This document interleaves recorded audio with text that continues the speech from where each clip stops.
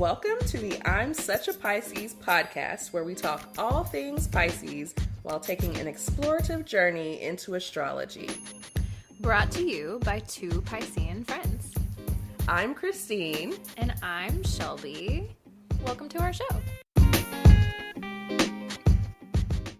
Welcome back to the I'm Such a Pisces podcast. I'm Christine.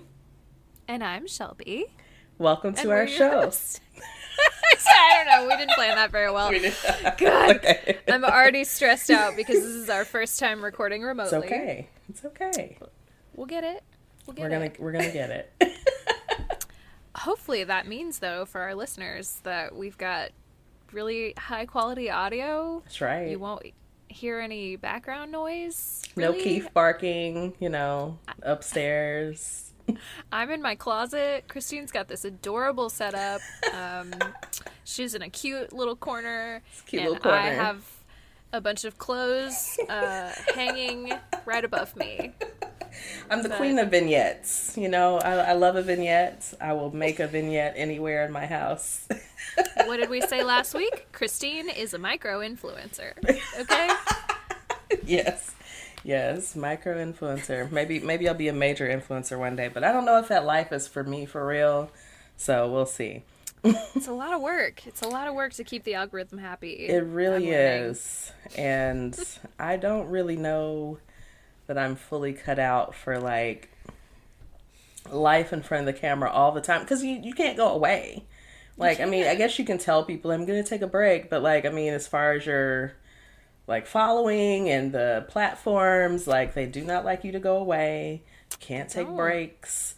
You always got to be on and giving people content, and you didn't post anything today, and I'm like, look, because I'm living my life. Right. I have a whole real life.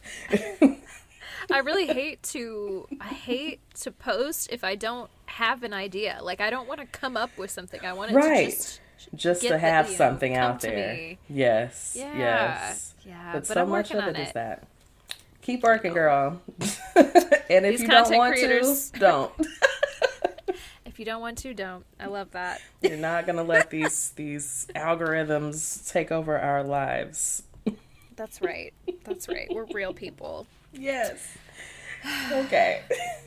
Speaking of real how are people, you? Yes. I'm good. I actually, all things considered, I'm good.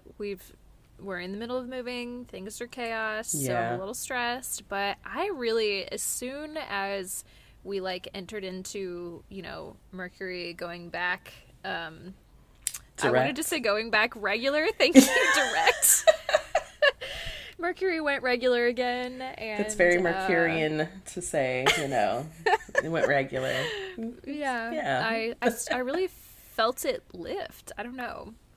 I did. Well, listen, let me tell you, in a very, very tangible way, I guess this is tangible, I felt the same. So during Mercury retrograde, I was having all these problems with Instagram.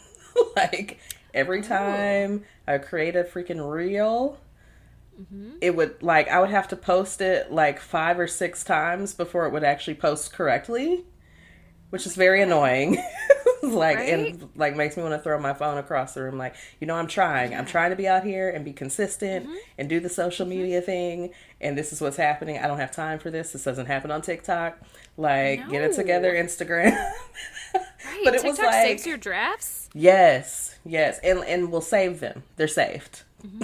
Yeah. They're not kind of saved or saved wrong. Look, they're there. TikTok, I'm going to say, that is what their platform is. So superior platform for that purpose. It's true. But yeah, I was having all kinds of trouble with Instagram, and I was unwilling to post an incorrect or a video that was not set up the way I set it up. I was unwilling to do that. Just part of me is well, just let it go. And I'm like, no, because that looks bad. That looks like I don't know what the fuck I'm doing. Gotta keep trying. Just gonna keep force your way reposting. through. So I just delete it and repost again, and then delete, repost. So yeah. But literally, since Mercury has gone direct, haven't had that issue. It's amazing. It's amazing. I feel like my issues during the retrograde mostly stemmed around like my own communication. Mm-hmm. Yeah. Just, also, if you've been listening for a while, or if you know me, we were trying to buy a house because we're moving. Yeah. And we put in 2 different offers on 2 different houses during retrograde, which was already a risky move. Yes. But neither one of those worked out for various reasons. Mm-hmm. And then the weekend that Mercury went direct, we were like, we got a house right away. We put in the offer. See? We were the only people that put the offer in. Yes. It was like, ever since then, things have just been falling into place so nicely. And I'm like, wow, that I can feel it. It's amazing. I'm kind of waiting for the other shoe to drop because I'm just anxious. No other shoe. But there's no other shoe. Yeah, I think that's just that's just what the stars have it in mind for us. That's what it does. Look, that was protection. Look, that sound like I'm about to start preaching again. That was protection, girl. Like, those other things didn't work out for a reason. Right. You're right. It's perfect. But yes. We're not talking about me moving, so. No, okay, yes, we've got to go back into avoidance of that because, Right. You can't look at it for too long. Yeah. Got to keep the emotions in check. Like, we're not gonna be crying on this podcast today. Nope, not today. Not today. Well, I won't say Satan. You're not Satan. Like, but Satan, we're not crying today. We're not. No. Would you like to see what our co-star has to say about it? Yeah, let's see what co-star has to say. Do you want to start, or would you like me? No, I can start because I feel like this is very appropriate. Ooh. Co-star wants me to know today that I am not a robot. Well, literally just says, well, let the tears flow then, okay? Well, it's just, if it happens, it happens. Yeah, it says you are not a robot, and then it says do. These are good do's. I can do all of these things today. Okay. Hot water. Mm-hmm. House plants. Yes. And sugar scrubs. Oh, okay. Self-care. Yeah. I think bath, I need like maybe? Yes, exactly. I was with just the plants about to say it. And a sugar scrub. I mean, all in one. You could do it all in one. I could really do it. I could bring all the plants into the bathroom, give them a nice little steam shower. Mm-hmm. Yeah, I'm into See, that's a vibe. See, co-star is saying, get your vibe right today, Shelby. Get the vibe right. Mm-hmm. Yes. All right. Yes. I will. I'm here for it. My don'ts include triple clicking. So I guess triple clicking. I have been doing a lot of clicking around trying to get the audio, everything to work correctly. So maybe that's what it's referring to. And then it says, don't do old diaries. Okay. That's funny because we're packing. I'm putting all my things away. I'm coming across a lot of memorabilia, shall we say. So I won't open any of those. Don't open the old diaries today. Today. And then also on that list is don't do self-flagellation. Oh. I have to. Is that? This is one of those times I gotta look up what flagellation means. So immediately when I think of flagellation, I think of flatulations, and I think that is a different word. And so I'm like, okay, flagellation is not flatulent. Since flatulence. So. Okay, so I thought this is what this means, but I just wanted to make sure. It stems from the word flogging. Oh. So self-flagellation, flogging or beating either as a religious discipline or for sexual gratification. Oh. So no punishing myself. Whips and chains and flogs tonight. Right. Someone else can do it, but I can't do it to myself. So a little sub-action maybe. yeah. Maybe. I don't know. We can move on. It's fine. We'll save that for a Patreon or something. Yes, where, yes. Our intimate audience is a little more, Yes, intimate. Anyway. Yes. All right, Christine, what's CoStar giving you today? So today, CoStar says, you're sensitive right now, so be careful not to fall down. Okay. So we're not falling. This is a sensitive time. I was just gonna say, I think. Look, let me double check real quick if I can, like in a quick way. I think we. Oh, did that change? Anyways, we were in like a Oh no, the sun is still sextile Chiron. Yes, so a lot of healing energy, deep healing energy. So there might be emotions. I was like, okay, we might be both having some similar.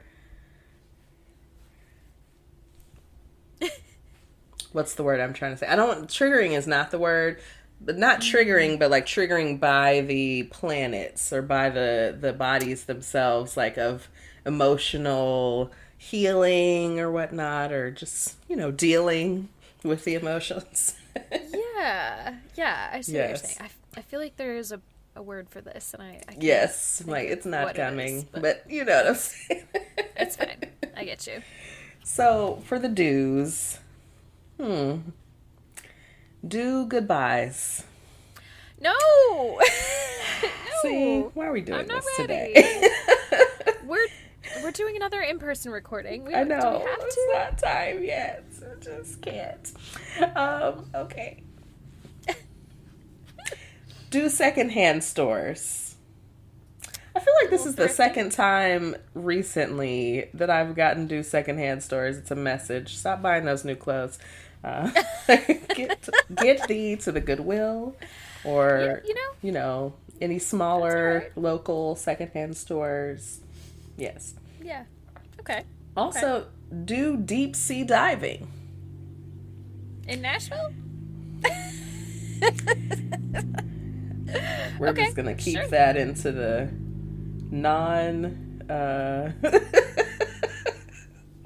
maybe it's a metaphor. Non-sexual references. We're going to stay out of that. Oh. That's immediately what I'm like, well, all right. Says do. Yep. Okay. Okay. So we'll go to the don'ts. We'll go to the don'ts. Don't Greek tragedy. Oh, okay. Okay, right. So not like the exaggerated, drama. Right, the drama, no dramas. Sob stories. CoStar really does not want you to feel bad for yourself today. Don't get into your feelings or have people feel bad for you. Which also, it's like Pisces, we love to be a victim or a martyr. So we really do. We really do. I'm like, I didn't want to see that about myself at one point, and I'm like, okay, sometimes I guess that is true. God, I hate it, but it is. Feel bad for myself so much. Yes. So much. And you know what? My life's really not that bad. I do need that message sometimes. Yes. But, yes. I'm like, okay, it's not as bad, but like, I mean, it's bad. What did it just say? Don't do it. Don't do it. Okay. Okay.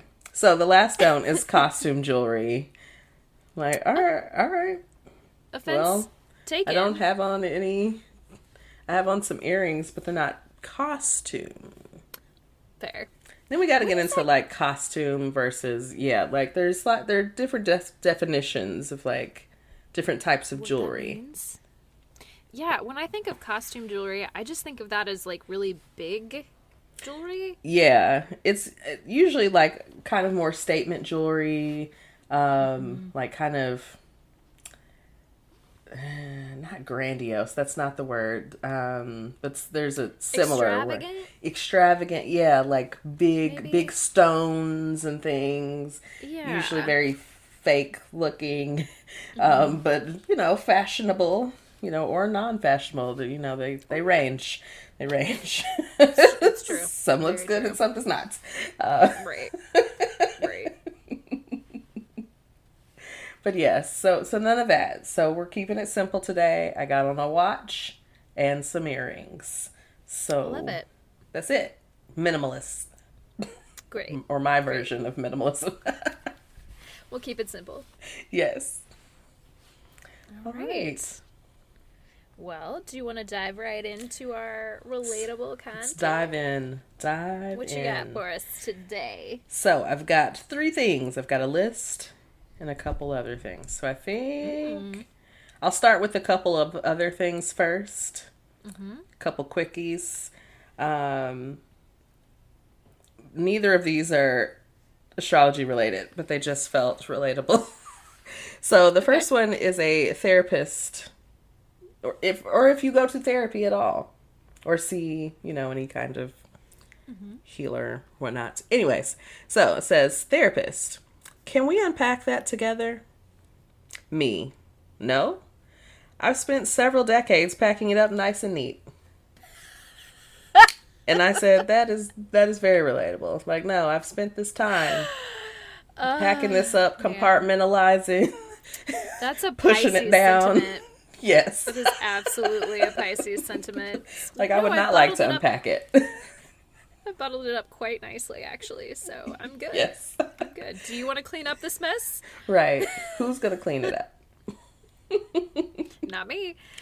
Not I. So that's one. So, okay. Next one. This is kind of a more like woo spiritual. But so there is an image. It's a meme. There's an image of a young man sleeping, and his head is in the clouds. He's in the clouds having a nice rest. He looks very peaceful.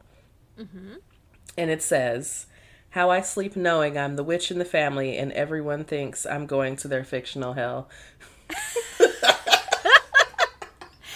I feel like for you that is particularly relatable. I was like, this is very relatable personally because this is my life. Yeah.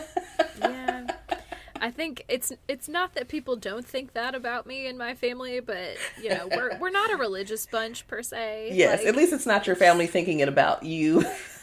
Yeah. And it was funny, I actually got a text from my mom just a little before we started recording, no.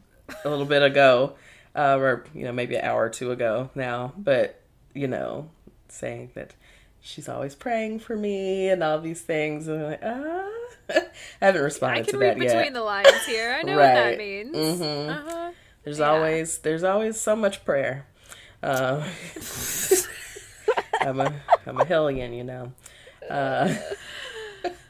Christine, you're like the nicest person I know. Like, it's just so ridiculous to me to think that anyone would think of you of all people.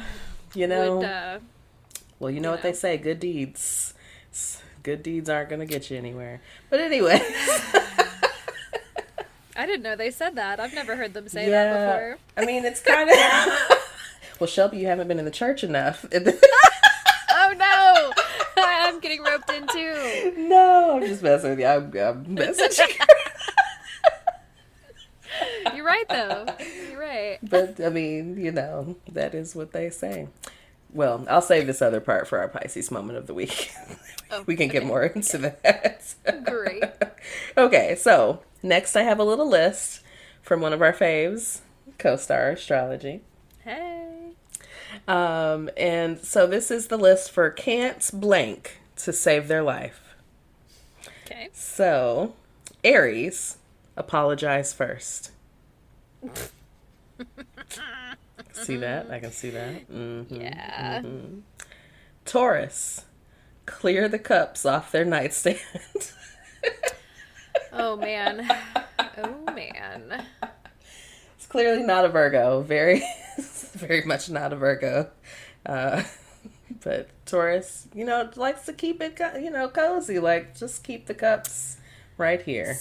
So cozy. I've cleared many a cup off of a nightstand. For your in-home Taurus there. Mm-hmm. Mm-hmm. Very relatable. Yeah. I feel it. So, Gemini, turn off read receipts.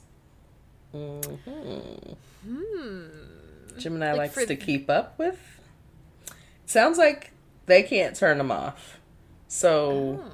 they want to know. Is that right? They want to know.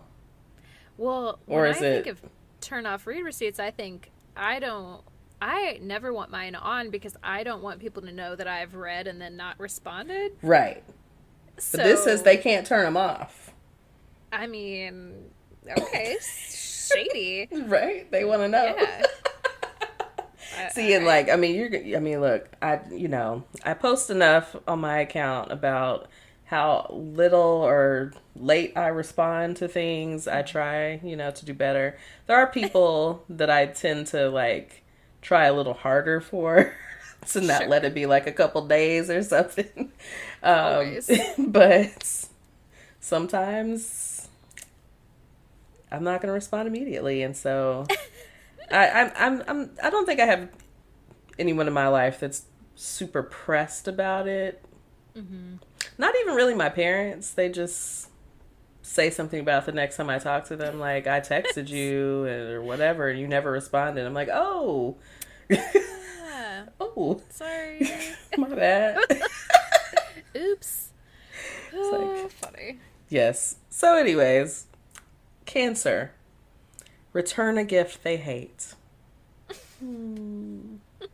That's You're sweet. so I feel like nice. that's relatable. Yeah. Yes.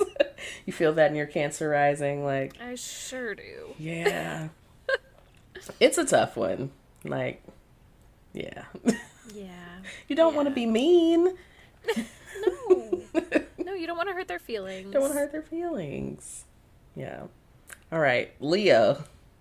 Do just one karaoke song. Well, We like relatable. the spotlights. Keep it going. Virgo. Go one day without a shower. Just so obsessed with cleanliness. They are Yes. very clean. Very clean. Not that that's a bad thing. It's not a it's bad not thing at all. not a bad thing. And I will say so Melissa is a Virgo moon.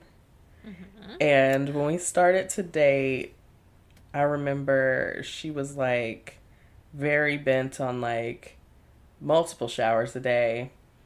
And I was like, your skin is going to be dried out. Like It all these sure showers. is. Now I will It say sure we are is. very big on moisturization as well, but Of like course. Of course. It's a balance. yes, but like I'm a one shower a day person unless something happens where I need to go ahead and shower a second time. I'm usually a Right. one shower a day person. Yeah. Yeah. So I was Same like, here. girl, this is excessive. Like, It's I'm a like, you bit talking much. about like 3 showers in a day? Like, what are we That's doing? a lot. That's What? a Yeah. lot Are of you even showers. sweating that much? I guess she does work out a lot, so She that does. makes sense. But But also now since COVID I have, said, hey, do what you need to do. yeah. Because you Yeah. know, y'all, the two of you at the time at least work for the school system. Like, if you've got to be around a large amount of people or children in particular, Yeah. make sure you're good. I will come home and immediately take a shower. Yes, Just- strip away yeah. those clothes. Yes. If only to like make myself feel like it's my work day is over. It's a good like Yes. Yes. coming in, doing it right away. Like, yeah. Very good Yeah. ritual to like bring an end to that for the day. I love that. Exactly. Yes. Yeah. Okay. Second half. Libra, stick to a budget. Ooh. Yeah. I mean, I got another tangent, but I'm not going to do it. Scorpio, let themselves be the punchline. Ooh, they hate that. They hate We it. take ourselves Laugh at very yourself a little seriously. bit. Mhm. Right? It's okay. It's okay. It's okay. Let it go. Let it go. Release it. Yes. Loosen those shoulders up, Scorpio. It's all right. It's all Please. right. Sagittarius, keep a single plant alive. Oh. Black thumbs. Yeah, I have a couple. Well, I have one sad friend she is absolutely has a green thumb, but I think Yes. that's some other elements Some other in things her coming in. chart. She got some Yeah. water sign in there, some earth Hmm. sign. Yeah. Yeah. She's absolutely got, I think she is a Virgo moon. There you I'll go. have to double check and make sure See, that's right. another But yeah. Virgo moon out here. Yeah. Okay. Capricorn, take a compliment. Oh. Hmm. Yeah. That's Let us say something interesting. nice about you. Yeah. Like it's okay. They're like, no, I'm not perfect, so no compliments matter.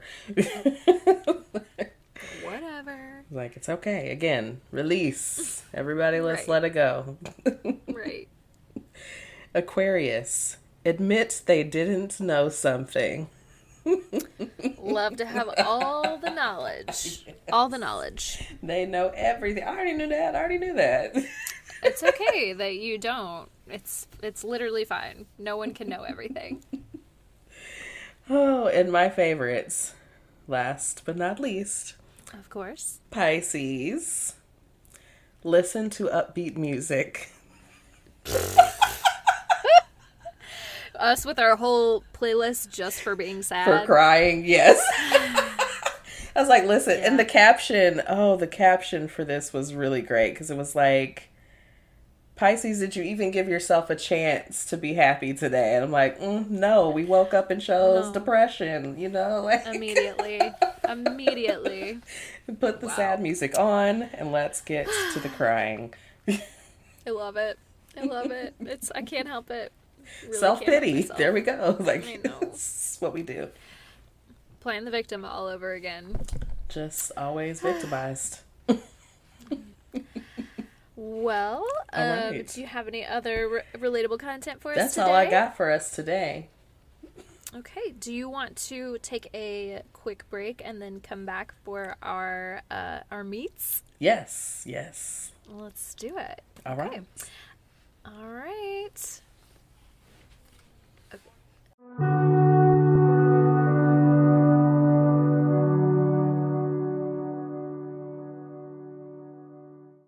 And we're back.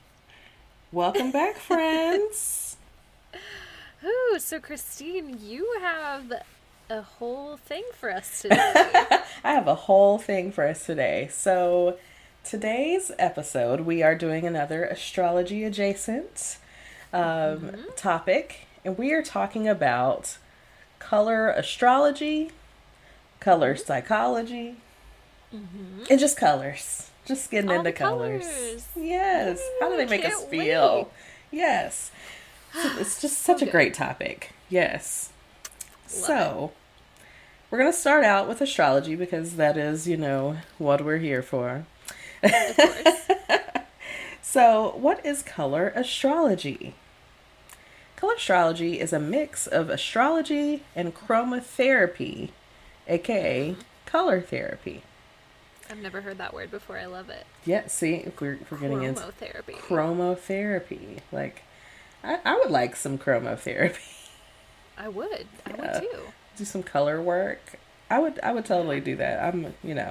Clearly I would do all of these things, just I'm out here. Sure. But Very Pisces of you. very Pisces. So, color therapy is a pseudoscience, much like astrology, a framework that uses color for healing. Each color is associated with a specific frequency. We're going to talk about that a little later in the show.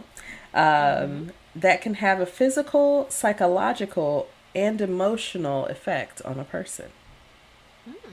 Right?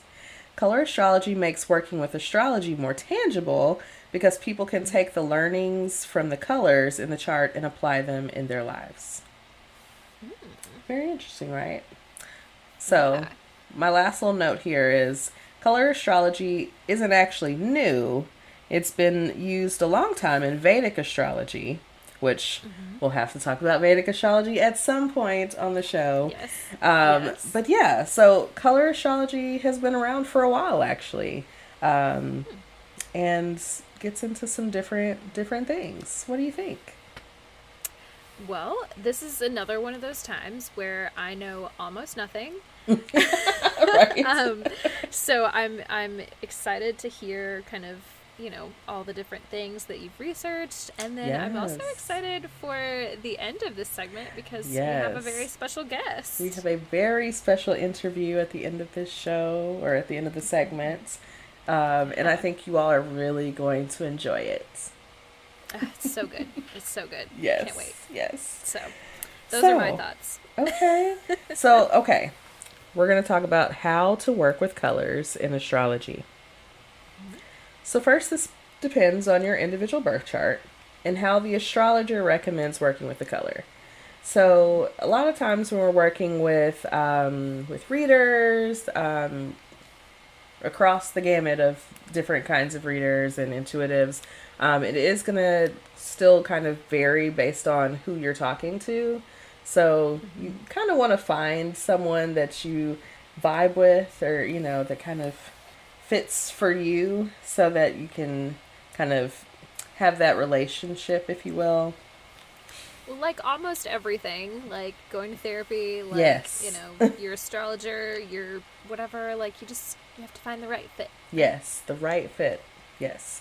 And so you're going to want to find someone that you vibe with, because you're going to be trusting their recommendations on how to work with these colors, or, different areas of the woo that you find our readers.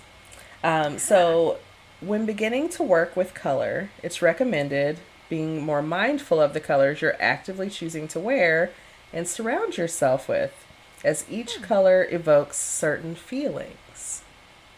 Hmm. So for that, I have a question for you. Yeah. Do you have any colors that you tend to be drawn to?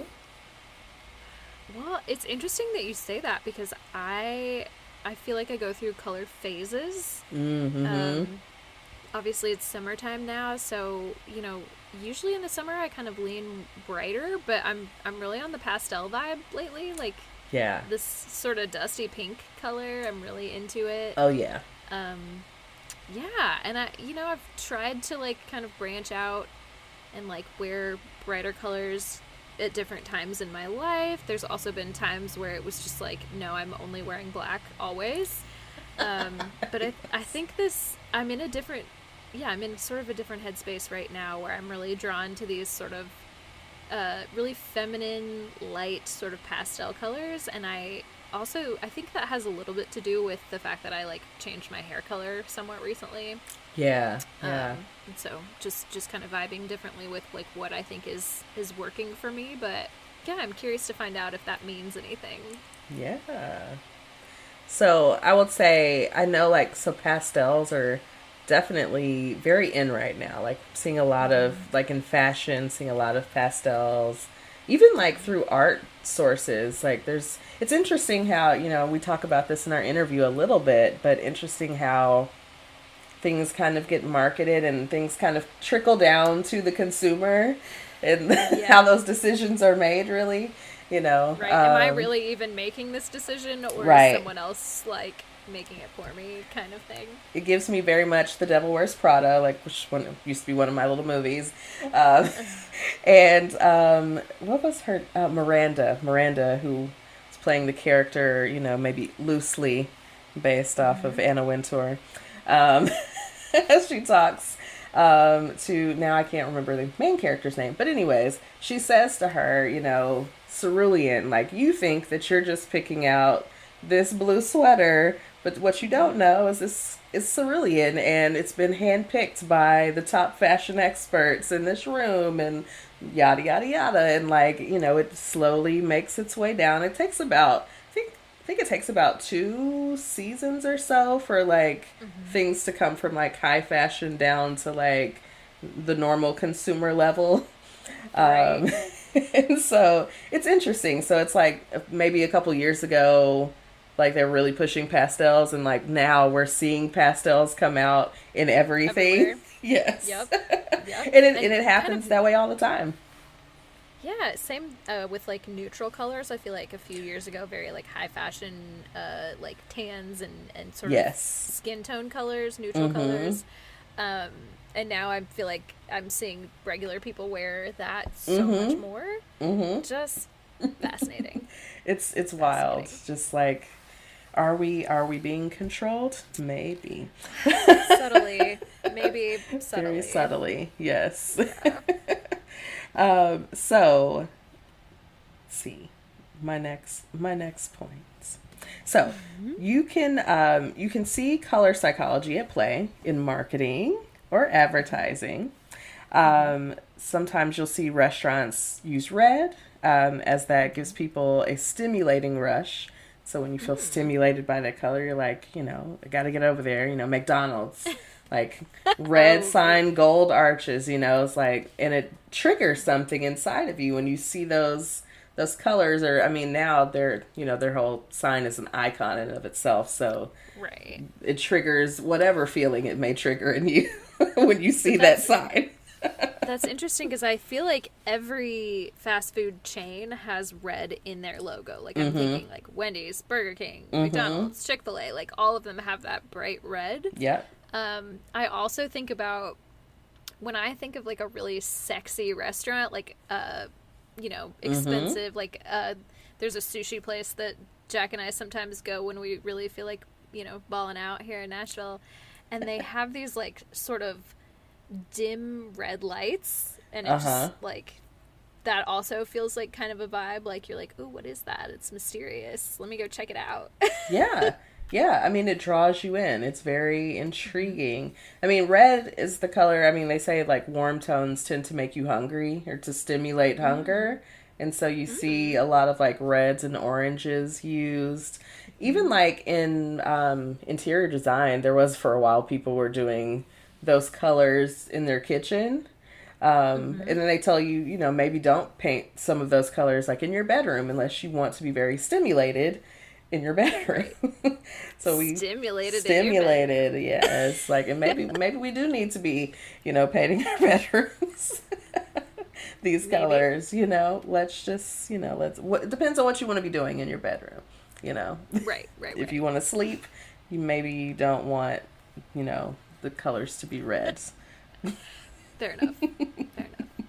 So another example of a color is like that hospitals may use softer colors to invoke calm when you see a hospital, because we don't want to use red at the hospital, because Right. that could stimulate a lot of Right. panic, anxiety. People are already nervous when they have to come to the hospital generally. So Right. you want to use calming colors, very soft, very, serene. Yes. Yes. Absolutely. So those are some examples of like how we use color as far as in like marketing and advertising of things. What are your thoughts? Are there any colors that you've noticed stand out to you? Whether you've seen certain things, you said like fast food. So this is interesting. Because we're gonna be like picking out some new paint colors soon. We're gonna paint some rooms in Yes, our new place, yes. and so I'm just I've been thinking about sort of this like gray blue sagey color for a bedroom. It's very like soft and almost watery. It gives me like Yeah. kind of a dusky, I don't know. Anyway, so that's something I've been thinking about a lot, is just like what to paint where, and what those things mean. But then the other kind of example that always comes to mind, and there is a band by this name as well. But have you ever heard of the concept of drunk tank pink? No. Tell me So more. Drunk tank pink. yeah, Okay. for a long time, and I think still, what they call the drunk tank is they like, oh, somebody got arrested for public intoxication. They just Uh-huh. need to like throw them into the cell to kind of like sober them up, and then we'll deal with it in the morning, kind of thing, right? Okay. Uh-huh.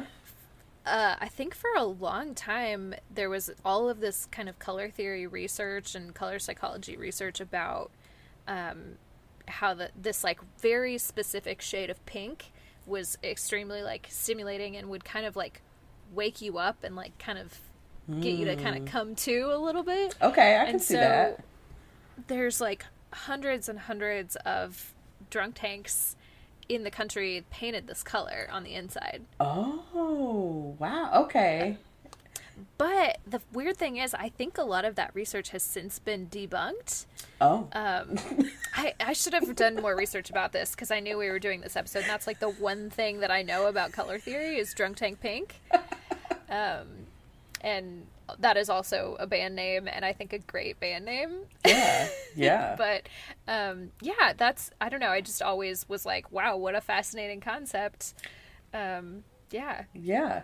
I mean, and I think it plays very much into, I mean, even when we're picking out colors for our home or spaces that we live in, work in, play in, whatever, like, how do we want to feel? And so that let that drive that color selection. And what we'll talk about in this episode is different colors make people feel different ways, right? And so there are the theories, the general theories, but then there's also like, you know, maybe for someone red is calming, you know. Exactly. It's going to be different from person to person completely. Yes. I have a someone that lives close to me. I'll say we noticed that they had painted a room red in their home, which is one of the bedrooms, and so I was they want like, to be stimulated. interesting. Also, it made me feel a different kind of way. Or, you know, I was like, this person is a little strange. So I was like, what's going on over there? Like, just little weird. But yeah, like, you know, thinking about how you want to feel and really letting those colors speak to you. Yes. I saw, oh, go ahead. Oh, no, I was just going to say, I looked up the Drunk Tank Pink phenomenon Yes. really quickly. There's actually, it looks like there's a book, which I would love to read, called Drunk Tank Pink. Drunk Tank Pink and Other Unexpected Forces That Shape the Way We Think, Feel, and Behave, by Adam Alter. It sounds like a fascinating book. I'm not read it yet, so if it sucks, you know, sorry. But it sounds really interesting. Yeah. But then it says, okay, so it's like a bubblegum pink color. In the early 1980s, psychologists daubed jail cells with Drunk Tank Pink paint and discovered that the color calmed aggressive prisoners. Soon, enterprising football coaches began painting their visitors' locker rooms with the same shade, hoping to pacify their opponents. Yeah, just such a fascinating concept. Anyway, I'm gonna read that later. That's so interesting. Yeah. Especially like the sports reference of like, oh yeah, let's just paint the opposing locker room this color, and maybe that'll make them too chilled out to like really perform. Wow. Yeah, what the hell, dude? Wow. It's crazy. I feel like it's maybe slightly cheating. Yeah. It feels manipulative. Absolutely. Very manipulative. Yes. Yeah. Yes. But we'll touch on that more later in our interview. Yes. So what were you gonna say?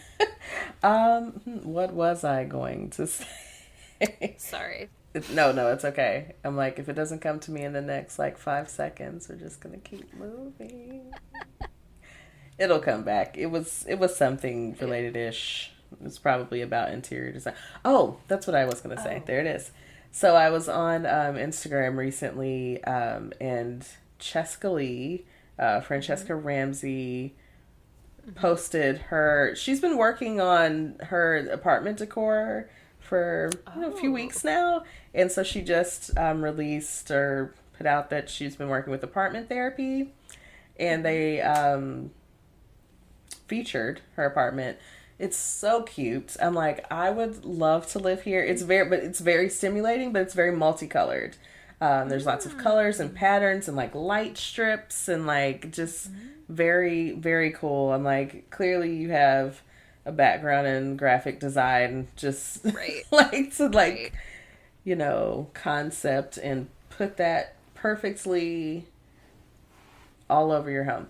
Should definitely check it. It's so cute. I'm like, she's a creative and like it's a perfect creative space. Yeah. I'm like, this is what my place would probably be like now if I lived alone. Like a combination of like plants everywhere and like the different colorful mural stuff on the walls. Yes. my future studio. It's like maybe it won't be my home, but maybe my studio. Yeah, Studio. yeah, Yes. absolutely.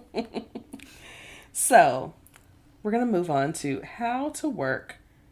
Sorry, no, we're gonna move on to colors to work with according to your sun element. Okay, I'm fascinated. Yes. Tell me about myself. Yes. So we're going to start with the good old water signs. We're going to go first. Of course. So our water signs again are Cancer, Scorpio, and Pisces.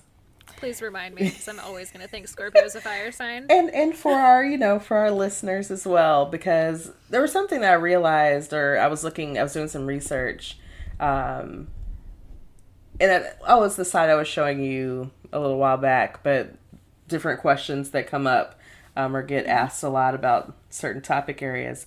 And it, was like, oh, okay, I guess it didn't occur to me that people don't actually necessarily know what signs are in what element at all. For sure. So I'm like, oh, okay, well, Look at me.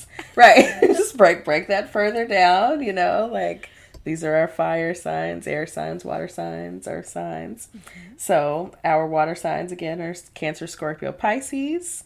And the colors that we should work with are aquatic colors. Surprise, surprise. Such as blues and grays. I'd imagine probably some greens in there too. But yeah, anything that like mimics or reflects the water. Any kinds of water. Different bodies of water. Yeah. That's us. Of course. Makes sense. Very on the nose, right?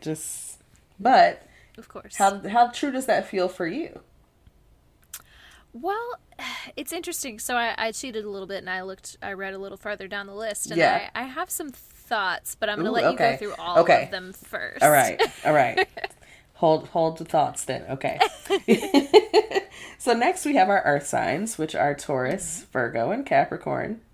And they're saying these signs should look for grounding autumn colors. So your dark browns, oranges, beige, nude, cream, like those Thanksgiving colors, as I say, like all the colors. Tones. Yes, earth tones, earth signs, earth tones, particularly fall, apparently. Mm-hmm. Okay.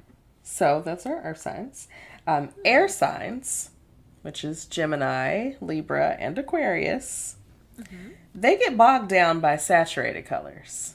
So these are, mental, they're all in their heads. So heavy saturated colors, a lot. So they tend to go towards pastels, metallics. Interesting. Okay. Metallics, I don't know why metallics gives me mental. Maybe it's just similar words, but yeah, I'm like, oh, okay, something about that felt right. Cerebral, maybe. Right? Yeah. I guess metallics. I don't know. That makes sense. Maybe. It's it made sense in my head, so yeah. Yeah. And other things that make sense in my head that don't make sense to other people, but yeah, it made sense to me. So lastly, we have our fire signs, and those are Aries, Leo, and Sagittarius. Yeah. So on the opposite end, these people really do like intense saturated colors. Mm-hmm. So colors like fuchsia, gold, reds, bright oranges, and other fiery colors. Yes, I can see it. They tend to be drawn towards. So yeah, this makes a lot of sense to me. Yeah. Yeah, so, okay, when I first read this, I was just thinking, okay, I feel like I used to really be attracted to bright colors, but, as, and try to incorporate them more into my wardrobe and stuff, but I don't think they really work for me as much as I want them to. I understand. Which makes sense, because I've got, not a lot of fire sign energy in my chart. My Mercury is in Aries, I believe. Your right? Mercury is in Aries. I was just putting that together yesterday. I was like, our Mercury is both in her. Yeah, we both have an Aries Mercury. Yes. So I guess there's that. but it, I just feel like generally, other than that, there's not a ton of fire sign energy in my chart. So Yeah. I was finding those colors weren't, I was like trying to make them work because I felt like I needed more variety in my like wardrobe and stuff, but they really don't per se. Like, I'm looking, so I'm in my closet while we're recording. Right. It's like, I'm just looking around here. Yeah, and I have this shirt that I used to get, occasionally I would get a Stitch Fix box. Have you ever used that I have before? also received Stitch Fix before. Not an advertisement, but if they would like to sponsor us, I have used them, and I loved it. And it was fun. It was a good time. It was. But they sent me this shirt. So when I started going back to work in person again, I was like, "Ooh, I need some new work clothes." And so I was mostly using it for that. And they sent me this shirt, and it's like a perfectly nice work shirt, but it's hot pink. And I was like, oh, I'm going to keep this because, it fits well, and I've got plenty of like neutral pants that it could go with. Yeah. And that was almost 2 years ago, and it still has the tags on it, and I have not worn it. And I'm just like, I'm looking at it right now, and it's like the only thing that bright. Yeah. And I just like, it's not for me, I don't think. Anyway, so the other thing that I was thinking about is I feel like as I've gotten a little older, so I think about my moon sign is Gemini, and that's kind of like, how I feel like my inner world is, and so I'm trying to do, I feel like I'm on a journey of, I'm also, in the middle of my Saturn return and everything, so I feel like I'm on a real journey of self-exploration and like, kind of living more in alignment with what I feel like my internal world is giving. Yeah. I don't know, for lack of a better word. And so these like sort of pastels and metallics, that felt like it resonated with me more so even than the sort of aquatic colors. So tell me this, and I'm trying to remember from what I saw yesterday. What is your Venus sign? Ooh, let me look. Is it to Aquarius? Make sure I'm telling you. I think it's Aquarius. Is that right? I think it might be Aquarius. You had several Aquarius placements. I was like, you got a lot of Aquarius placements. There's a lot of air going on in here. Yeah. Okay. So that Saturn, Mars, would make and sense. Venus are all in Aquarius. Yeah. Yeah. That would make sense with that. That aligns. Yes. Now, what about you? Do you feel like drawn to any particular colors in your wardrobe?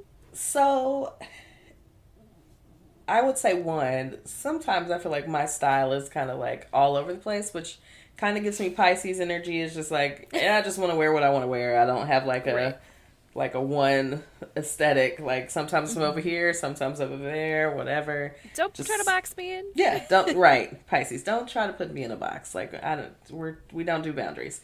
So, I would say there are times that I feel very much like a certain color palette. But I think a lot of times I am still drawn to bright colors, and that fits with having a Venus in Aries, and liking those bright, saturated colors. I just did some shopping recently. Just Target was having a sale over Memorial Day weekend. I grabbed a few things.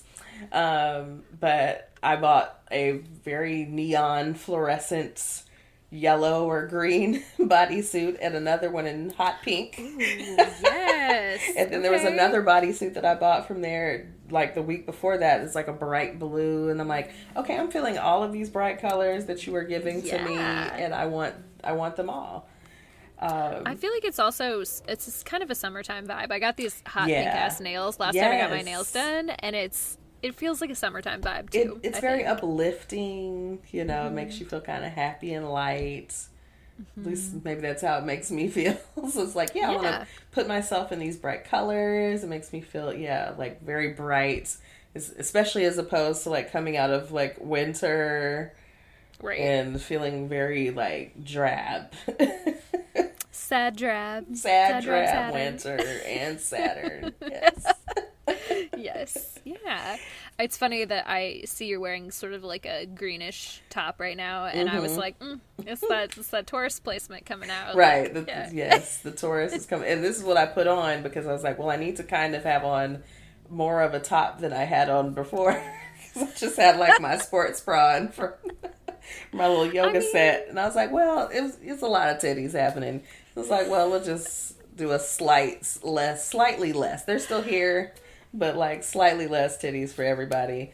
Like, you know what? Maybe next time you leave that on, and instead of a Patreon, we'll make an OnlyFans. An OnlyFans. Like if you want to see the titties when you watch our episodes, sign up for our OnlyFans. Yeah, there you go. We could make a lot more money that way, probably. Melissa always says I'm thirst trapping. I'm like, it might be true. It's definitely true. I love a thirst trap. I love it. I love a thirst trap. I'm like, again, Aries, Venus, like, it is what it is. Yeah. Yeah. People are like, do you have a significant other? Yes.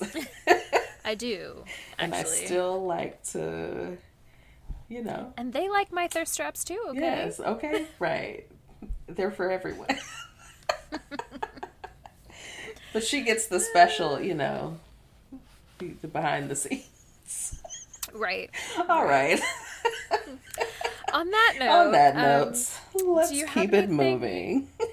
Yeah, I was going to say, do you have anything else on color astrology before we jump into our extra special guest?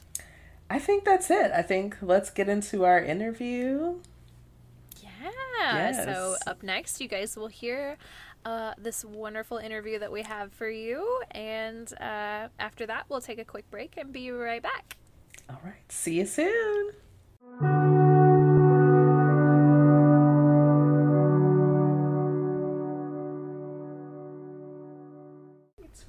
Welcome, everyone. We are here with Jane Grote, aura photographer and reader here in Nashville at Tertiary Site.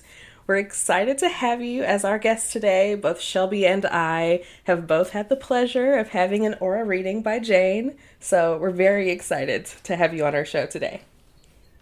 Thank you. I'm so excited to be here. Yes. So we are doing an episode about color psychology and color astrology. And so I know that you use color a lot in the work that you do. So I just wanted to jump in and talk very basically first, and we'll kind of get into it a little bit more. But tell us, what is an aura? Absolutely. I mean, this is a great place to start. Your aura is your human energy field. Okay. And so we'll start there. Now, people are going to use a lot of different words. People will say it is your electromagnetic field, your biomagnetic field, maybe even your morphic field or your biomorphic field. Those are all terms that boil back down to it's your human energy field. And it is the energy, the vibrations, the frequencies that you are creating through your thoughts, your feelings, your choices, your actions, your everything. And it is this energy that you are creating and, you know, vibrating between you and the universe. Wow. Yeah. Okay. That's very cool. Very cool. Okay. So I feel like I'm going to learn so much this episode. I know. I'm so excited. There's so much good in here. So, okay. Tell us about how you read auras. Absolutely. So how I read auras is pretty unique because I do aura photography specifically. I do some other types of aura readings where I use some different methodologies, but my primary is this aura photography.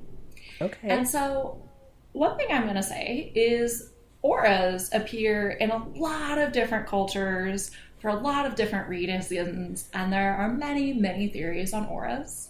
And this is why I say I do something pretty specific. And so for the mostly, like, I use this framework, which is a photograph.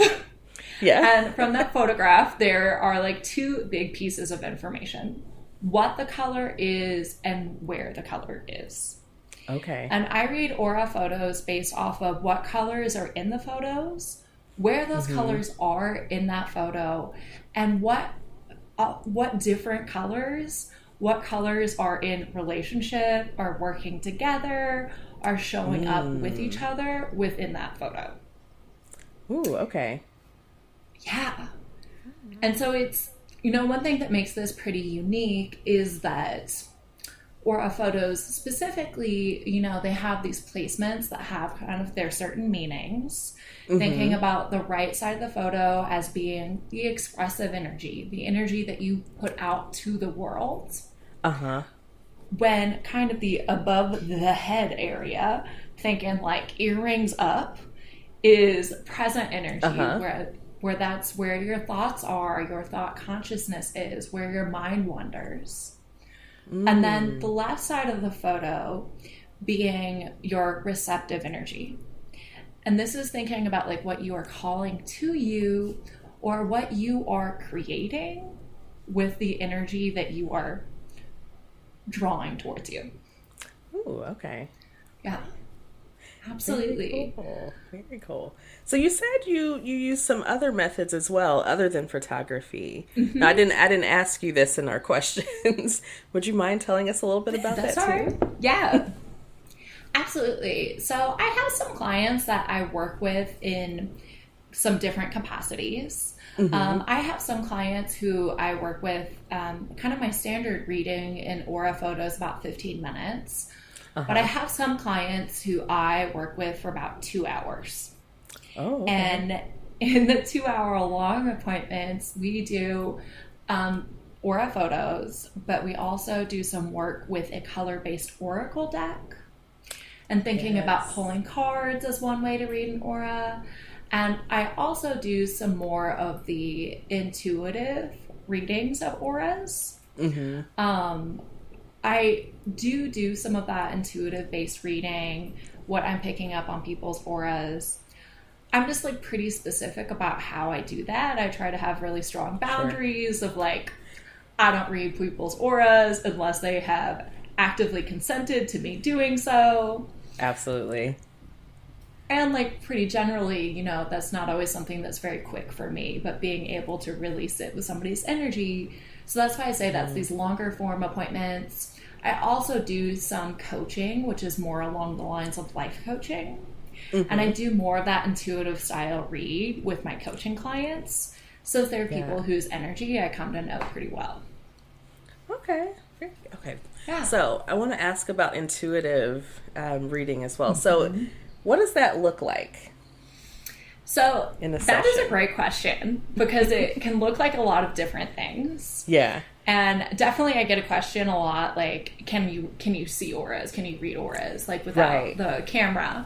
And I'm always really hesitant to say yes, because people's next question is always, so what am I? So how did... Yeah. And I'm like, well, first of all, I don't work for free, so... Yes.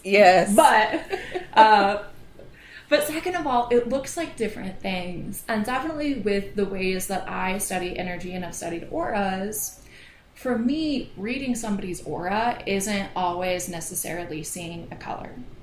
Sometimes it is a specific shape. Sometimes it is a color in a shape. But sometimes it's a body part. Sometimes it's a word or a phrase that keeps coming to me. And so, really bringing that up with clients and seeing how that resonates with them. Definitely, there's always interesting things that come from that. Yeah. But I try to really leave what that looks like as something that's pretty open. And that's why I say more of an intuitive-based reading. Okay. Rather than I'm not like, for every one person, I see 3 colors. It's just not quite as much of a formula as that. Sure. Yeah.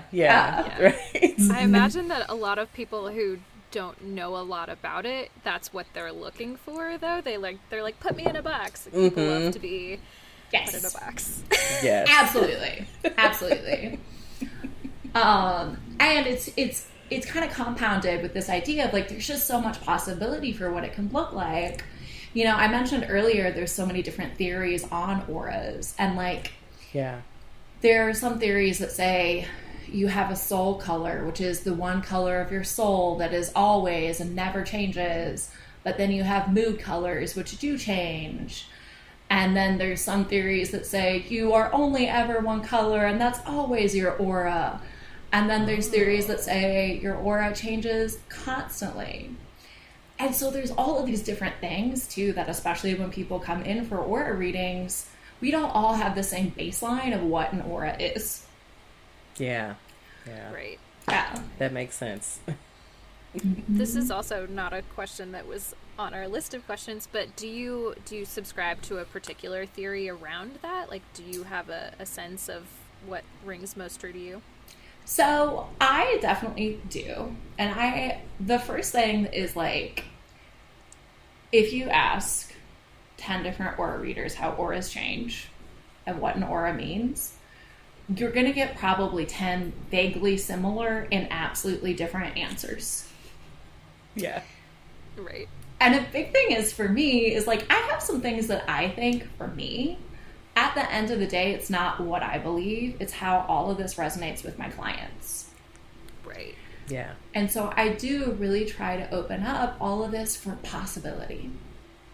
And one thing I'll say is, like, I tend to think that the camera captures a season of life.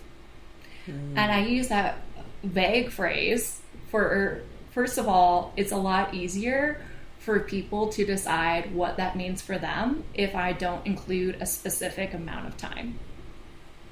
Yeah. And so, like, a season, we are pretty familiar with that term meaning something aside from a literal summer, spring, winter, or fall. Right. And thinking about, like, I boil down how auras change as it depends on who you are as a person, where you are in your life, and what you do with your energy. And as the answers to those questions change, that's where you tend to see these really, like, sustained changes and shifts in your aura. Wow, okay. And again, those are such, like, big umbrellas. It could mean so many different things to different people. And that's really exciting, is that it gets to mean different things to different people. And we're all going through these change and these shifts energetically at our own pace. Yeah. I love that. I love that. I like that. Yes. My, like, Okay. kind of... Oh, no, I was go going to ahead. say, I do have, like, a work in progress theory. And I think that we have, like, teacher colors. Ooh. I tend to think, like, soul color, like, thinking that our soul is only one color is... I think our soul evolves as we do. Yeah. And so I think our soul color would evolve too. And so I tend to think about it as we have, like, teacher colors, which are with us for longer periods of time, but we don't necessarily recognize that when we're in it. In, like, 2 weeks, my first aura photo will turn 18 years old. Wow. And so I've been having my aura photograph for coming up on 18 years. And so things I can see now that I couldn't really see at the time, the first 4 years I had my aura photographed, I was only one color. Huh. And then the next, like, 10 years or so, I had one color that showed up in almost every photo.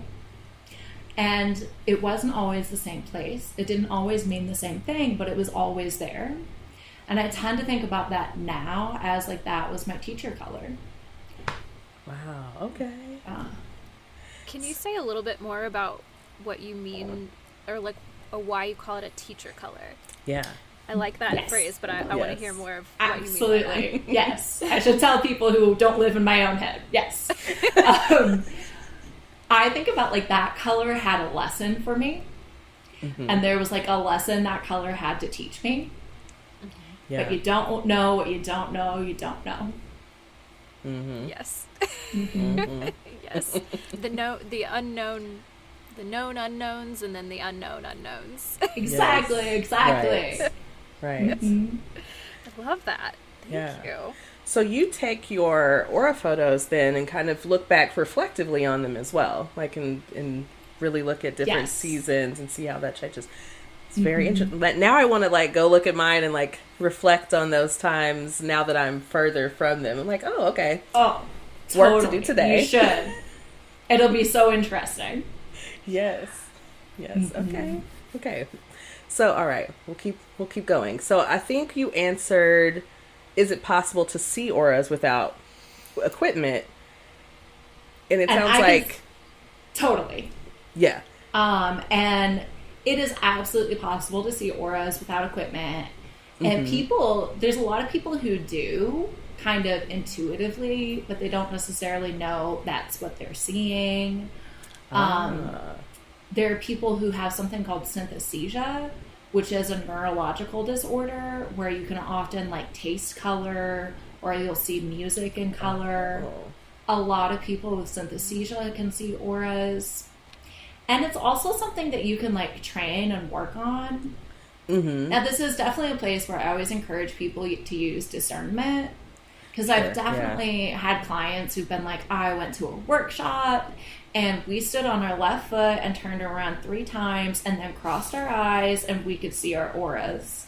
And I'm like, you You're just could... a little dizzy. Right, Yeah. right. And I'm like, You're seeing I can't colors? believe you could stand up. Yeah. Right. Right. Oh, absolutely.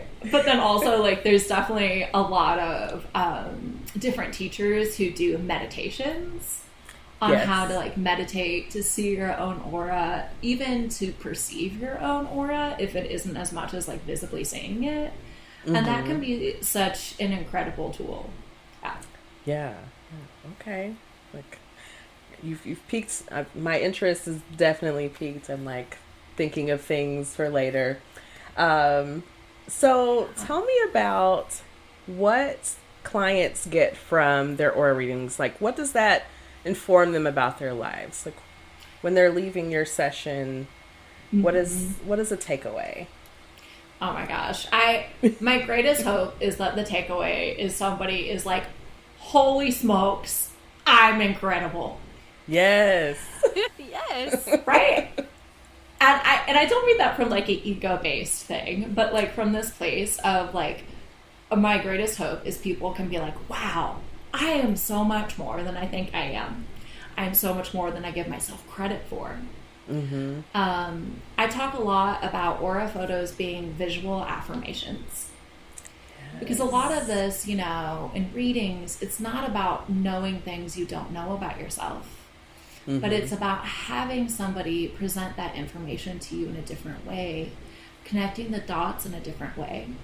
And aura photos are so powerful because with the readings, you get to hear it, but you also get to see it. And you get to take that visual reminder with you. Yeah. You know, I always really think about it as like, aura photos are another way for people to know themselves on these deeper levels, for them to get curious about who they are and what all of that means. Yes. And at the end of the day, I see that as like another way for people to learn to love themselves. Absolutely. And it's so exciting. And stuff like this can seem so silly because like it's a cool photo. But at the end of the day, it's like, you know, if we want a different world, we have to make different choices.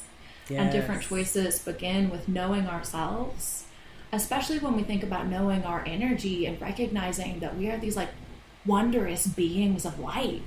Yes. And if you are, then everyone around you is. And it becomes so much harder to, you know, prescribe to these systems of harm for others, for the universe, if you can think about you and everybody you've ever met on this earth, and the nature you're surrounded by is this, you know, powerful energy being. Yes. Yes. That's beautiful. I know. Thank you. It's very similar to, I think, how we start to kind of look at astrology, like as a way to really get to know ourselves. Yes. To better ourselves and to grow and evolve. And if we're all evolving, then we're creating this better world for ourselves. Absolutely. Yes. Yeah. Love that. Okay, so let's see. So how does psychology or even astrology enter into what you do, or does it? Cool. So I'm going to talk about the astrology one first. Okay, yes. So astrology is interesting because it doesn't necessarily have a lot of solid correlations with auras, since auras change and astrology is fixed. Sure, yes. So that's the one place where there's not always the most alignment. Now, interestingly, I would say about 80% of clients who ask me that are fire signs. So do what you want with that information. I do have some fire energy in there. Little Aries. Yes, yeah. I largely Aries asked that question. Yes. And it's Very interesting. It's interesting too. Right, like it's all just endlessly fascinating. And with astrology, I would say part of why, I don't see a huge amount of correlation too is because I also don't know a huge amount of astrology. Yeah. There is so much to know about astrology. So much. We have a whole podcast about it, and I feel like I haven't even scratched the surface. Oh, and we haven't. There's so much. I'm like, I feel like I will never so stop much to learning know. about astrology. Yeah. Yeah. Oh, absolutely. I mean, yeah, there's just absolutely so much, and it's like, Yes. it's just not my lane, Yeah. Yeah. I respect I that, hear that, though, because yes. I think a lot of spiritual practitioners tend to make every spiritual kind of thing their main. Yes. Like all of And, it. It's okay Yeah. to just say, like, I don't really know that much about that thing. Mm-hmm. Like, I don't know Exactly. anything about color psychology or really Yeah. anything like that, which is kind of part of why we were like, we need a guest for this episode. Yes. Cool. And it's like, yeah, with astrology, I can talk about my signs a bit, but like, Right. once you are outside of that, no. It's like, I don't know. Yeah.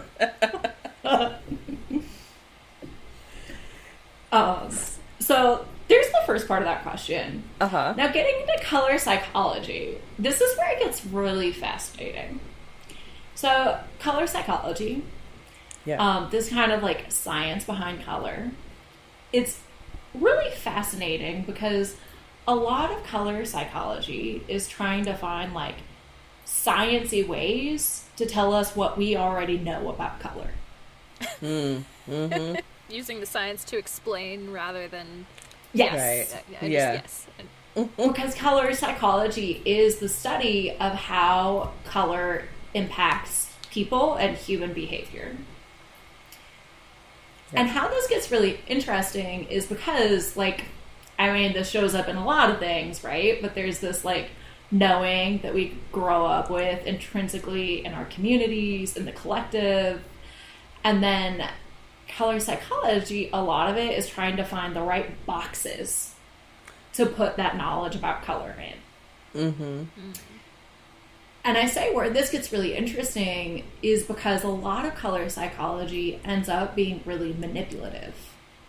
Ooh. The two main uses for color psychology in America right now are advertising and marketing. Mm-hmm. Capitalism, Yeah, just capitalism. Exactly. destroying everything Yes. good. Yes. Goodness.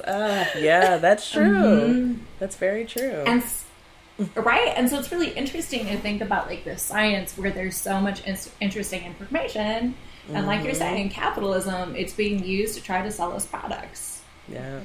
Yeah. And brands, like how they build their color, the color of being in store, of the website, of the app, of the banner on the sale email, all of it Yeah. is coming from this place of color psychology, of how can they build a sense of urgency, how can they build something relaxing, how can they give you confidence in a product through the color in which it's packaged. Wow. Right. Yeah. Yeah. Very true. So yeah, right, and it's like a weird thing to think about. And so there's that level of color psychology.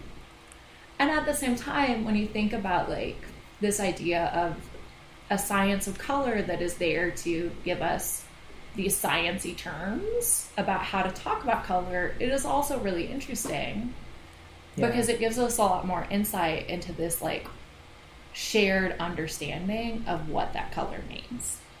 Mm-hmm. So that part of it is really interesting. Yeah. And specifically with what I do for auras, it is fascinating because I feel like I often work both with and against color psychology. Okay. And I try to think of the way that I read as being like color psychology informed. Like I understand a lot of what the message is that color psychology says about these colors. I also understand there tends to be a lot more. Yeah. And so it's interesting because color psychology is both these like higher level sciencey ideas, and at the same time, so much of it is personal preference. True. Yeah, completely. Yeah. Completely. And this is where it gets really interesting, and I'll give a couple of examples. So like one example, one of the most persuasive narratives about the color red is that the color red represents anger. Uh-huh. And a question I get a lot is like, if somebody has a lot of red, they're like, am I angry? And I'm like, Are you angry? I was like, I hate to break it to you. You can be angry in any color. Yes. Absolutely. Like, You can be angry in blue or purple Yeah. or You know, any of we those all get things. angry. Yeah. exactly. Yes. Yeah.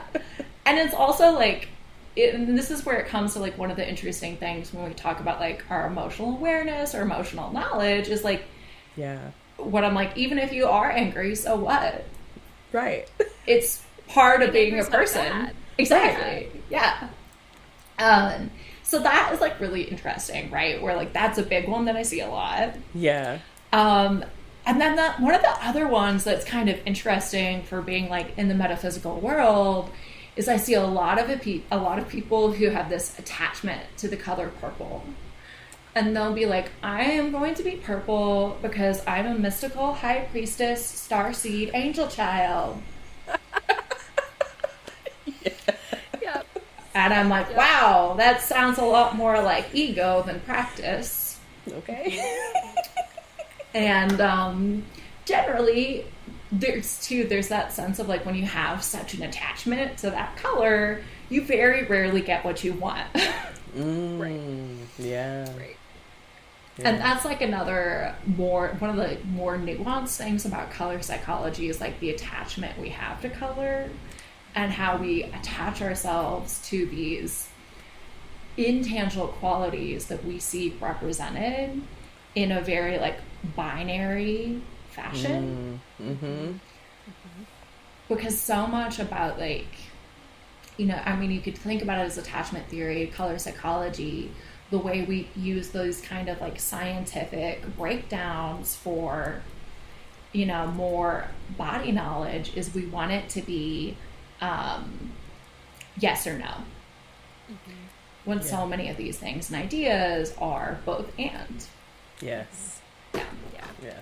I think that speaks to just like an issue that we as a society in general just seem to have is like wanting to, again, going back to putting things in boxes or having it be a yes or a no, or we just have such binary thinking, and that's just not how anything is. It just doesn't None of it. work Yeah. that way. Yeah. Totally. There's just so much more possibility. So much more. Yes. That actually segues really nicely into our next question. Yes. Which is, sorry, Christina, I just started No, reading go. because I Yeah, saw no, you're what the next good. question was. But the next question is, are there any colors that you don't want to see in an aura? And so this is interesting because this is definitely one I get a lot. Like people Yeah. are like, I am nervous. I am going to have a bad aura. And exactly. I'm like, no, it's okay. It's okay. And the thing is I'm always like, the exciting part is there is no good or bad. The terrifying part, there is no good or There's bad. no good or bad. Right. It's all information, and it is about what you choose to do with that information that makes it good or bad in your perception. Yeah. But the color itself isn't good or isn't bad. Yeah. Now, with that being said, you know, a lot of people I see work really heavily with their energy. They know their energy and they come get, you know, whether it is once a month, once every 3 months, 4 months, 6 months, once a year, they come to see their auras and see how the work they're doing is impacting their energy. And when you begin to know your energy like that, there might be a sense of there's a color you've been trying to work through, or there's a color you have been working to bring into your energy. And there can definitely be a sense of disappointment or, you know, something else if that color is or isn't there. Those teacher colors. Exactly. Yeah. I will say, like, I get a lot of questions about, like, what if I have a black aura? Mm-hmm. And so, like, with a lot of the ways they study energy, to have, like, a black aura would be a total lack of energy. Right. And what I always say to clients is, like, well, if that happens, then you are a ghost. And if you are a ghost, we have bigger fish to fry. Well, yep. Like, let's talk about that. Exactly. Absolutely. Yes. I have a lot of other questions. Yes. Right. Mm-hmm. So many questions. How did you get here? Yep. Yep. How are Where you going? corporeal? Yeah. Yes. Yeah. And I actually do think a ghost would have an aura. I just don't think the camera would really work for them. Sure. Yeah. Ooh. Yeah, right? Like, Yes. exactly. I like to think that a ghost would be able to, like, see their own aura. Yeah. To be able to know their own energy a little better. But Right. Who knows? Right. You would think, right? Like, it seems like it would make sense. Yeah. Yeah. Yeah. And it's the other caveat I'll give is, like, there are definitely, you know, different theories or readers who say that a gray aura would be like a bad aura. Like, that would be like bad energy, in terms of, like, being a true sociopath or, like, more of an evil energy. Yeah. And there's two caveats like that. I tend to not really think that is how that works. Mm-hmm. And at the same time, that person is never going to get an aura photo. Right. The people So, seeking like, that out. Yeah. Exactly. Right.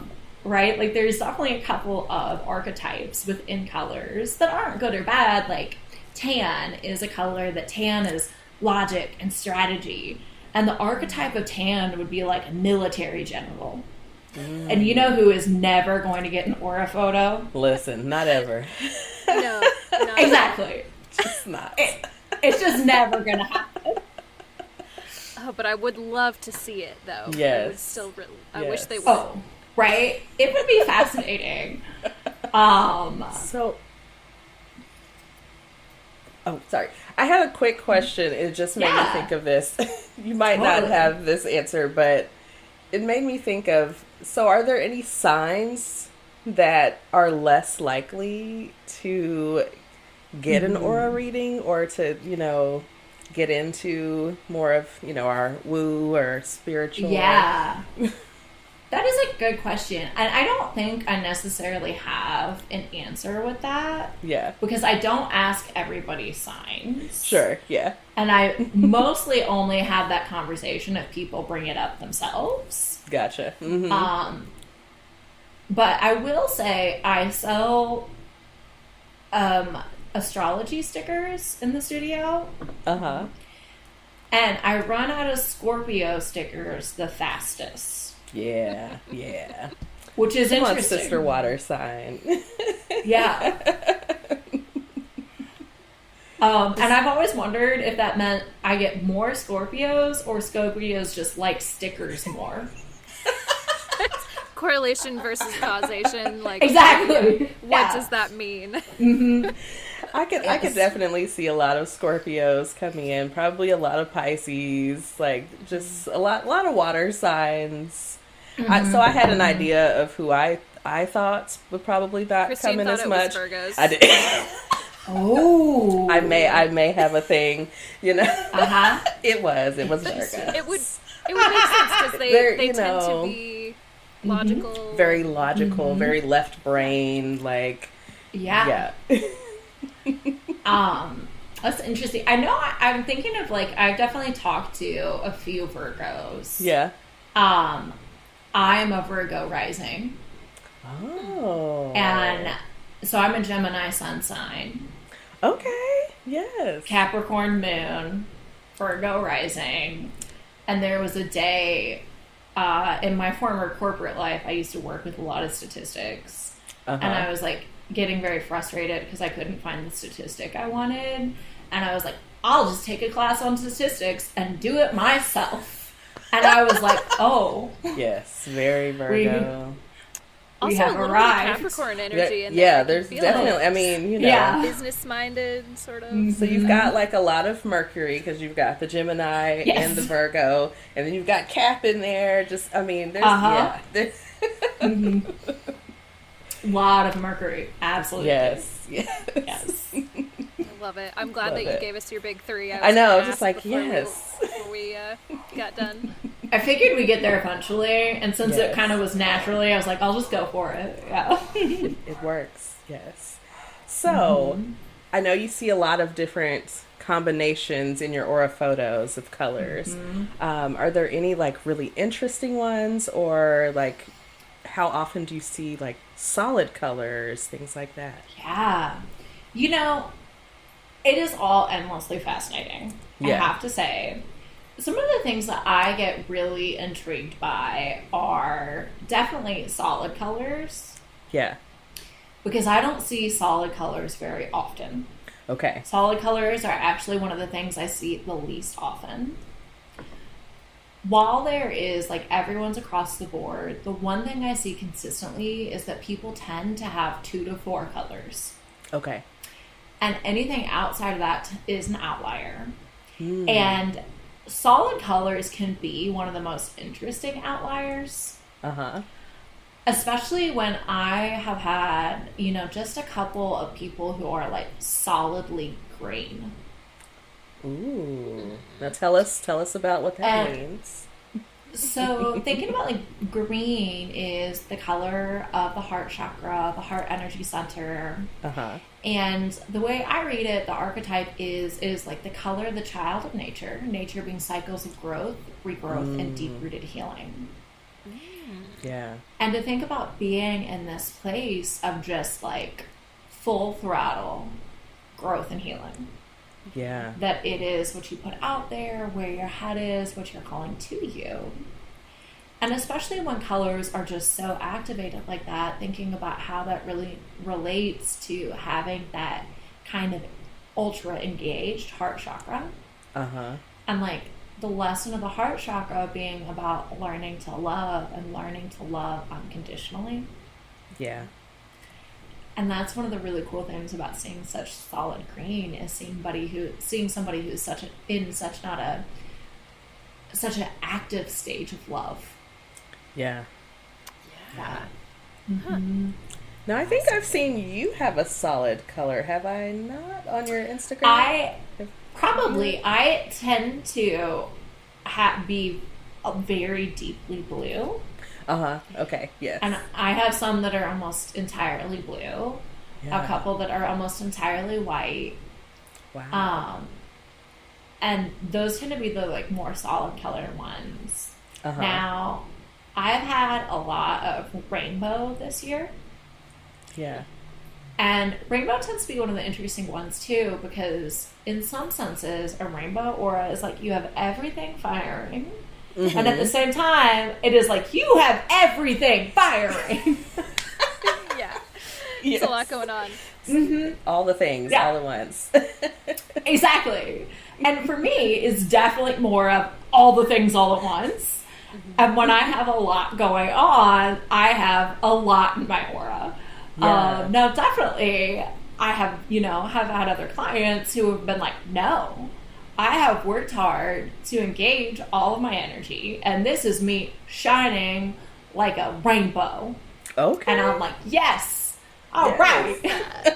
Yeah. That's so interesting because it makes me think, back to what you said earlier about how it just depends on the perspective and like kind of where you were coming from and what it means to every individual person. That's fascinating. I love that. Yeah, it really is. One of the interesting ones that I've seen a few times in the last couple of months that I found really interesting too is people who are very red in the expressive and the receptive energy, but then like literally have these rainbows above their heads. Wow. Interesting. And it's so interesting because red, like in aura photos, tends to rule over these ideas of changes and new beginning. And, red is the root chakra. And then, of course, to have like that rainbow above your head, like there's definitely room for some different interpretations here, but it's like kind of this idea of how are you changing everything? And how are all of your energy centers activated to support you in that time of change? Yeah. Which I just find like very fascinating. Yes. Yeah. Yes. Yeah, this is super interesting. I think maybe I had this idea that like a solid color would indicate sort of better integration. I don't know, better isn't the right word, but more of an integrated kind of whole personality, but it really seems like it's not. I tend to not see it that way. And definitely a word that comes up a lot with that with people is the idea of balance. And a lot of people think that if you have like one color, you are in more of this like balanced place. And part of why one of the things I'll say, like, I tend to not read it that way is especially if you think about like color theory. One color isn't necessarily balanced. But at the same time, multiple different colors can balance each other. Yeah. Because it takes more than one color to like provide that. Right. And I use probably color theory because that's the easier way to apply that idea. But when we think about in terms of like our different energy centers and what our different energy centers bring to the table, having only one might not necessarily be the most functioning place for you. Now, depending on who you are and where you're going through, it might be. An example I'll give you there is like red is a color that when people are red, they tend to be red. And like the archetype for red is the color of the crusader. And it's like a crusade is a mission that you would go to the end of the earth for. Right. Red is the root chakra, rules over our relationship to home, safety, and security. When you're going through times in your life where you are changing what those mean to you, how you receive them, how you work towards them, it's pretty all-consuming. Yeah. That makes a lot of sense. Yeah, absolutely. Interesting. Yeah. I love it. So, do auras give any indication to personalities or core traits? Do you see that like within the clients that you see? And so this is a great question because I think yes, but not always in the same way. Okay. And I say that because it kind of comes back to the idea of like auras change or don't change and how your aura changes. Because I think especially as you get, like if you do aura photos over time and engage with your aura over time, how your aura changes or doesn't change can tell you a lot about your like core traits. Oh, okay. Now, there's that, and at the same time, I definitely I see it in clients, like when we're in a reading and I say the thing that resonates with how they see themselves, you can see that moment happening with clients. Yeah. And it's interesting because there's so much variety to what that is. And it isn't always like the same kind of, core personality trait. Because even within core personality traits, like I think that idea can mean different things to different people. I think there's some different theories there. Yeah. But sometimes it is, talking about how what people do with their energy and like what they put out to the world. And they're like, that is me. I've worked so hard to do that. Mm-hmm. Or like, other times, it'll be something that I don't say to clients. Especially, and this is something where kind of this happens more often if somebody has either had multiple readings from me, or if they're in with a group of friends, and they'll be like, you said something to my friend that you didn't say to me. And they'll usually like, is there a reason why? And I'm like, yes, either it was, because you didn't have that color, or you didn't have that color with this color, or because the color was in this different place. And they'll be like, that's so interesting, because that's exactly how we are, like, in dynamic. Oh, interesting. One of the interesting ways that shows up with friends, especially, or I should say two people who are close to each other, if we do two individual photos, very often one will be very warm toned and one will be very cool toned, and I'll call them fire and ice, and they'll lose it because they're like, yes.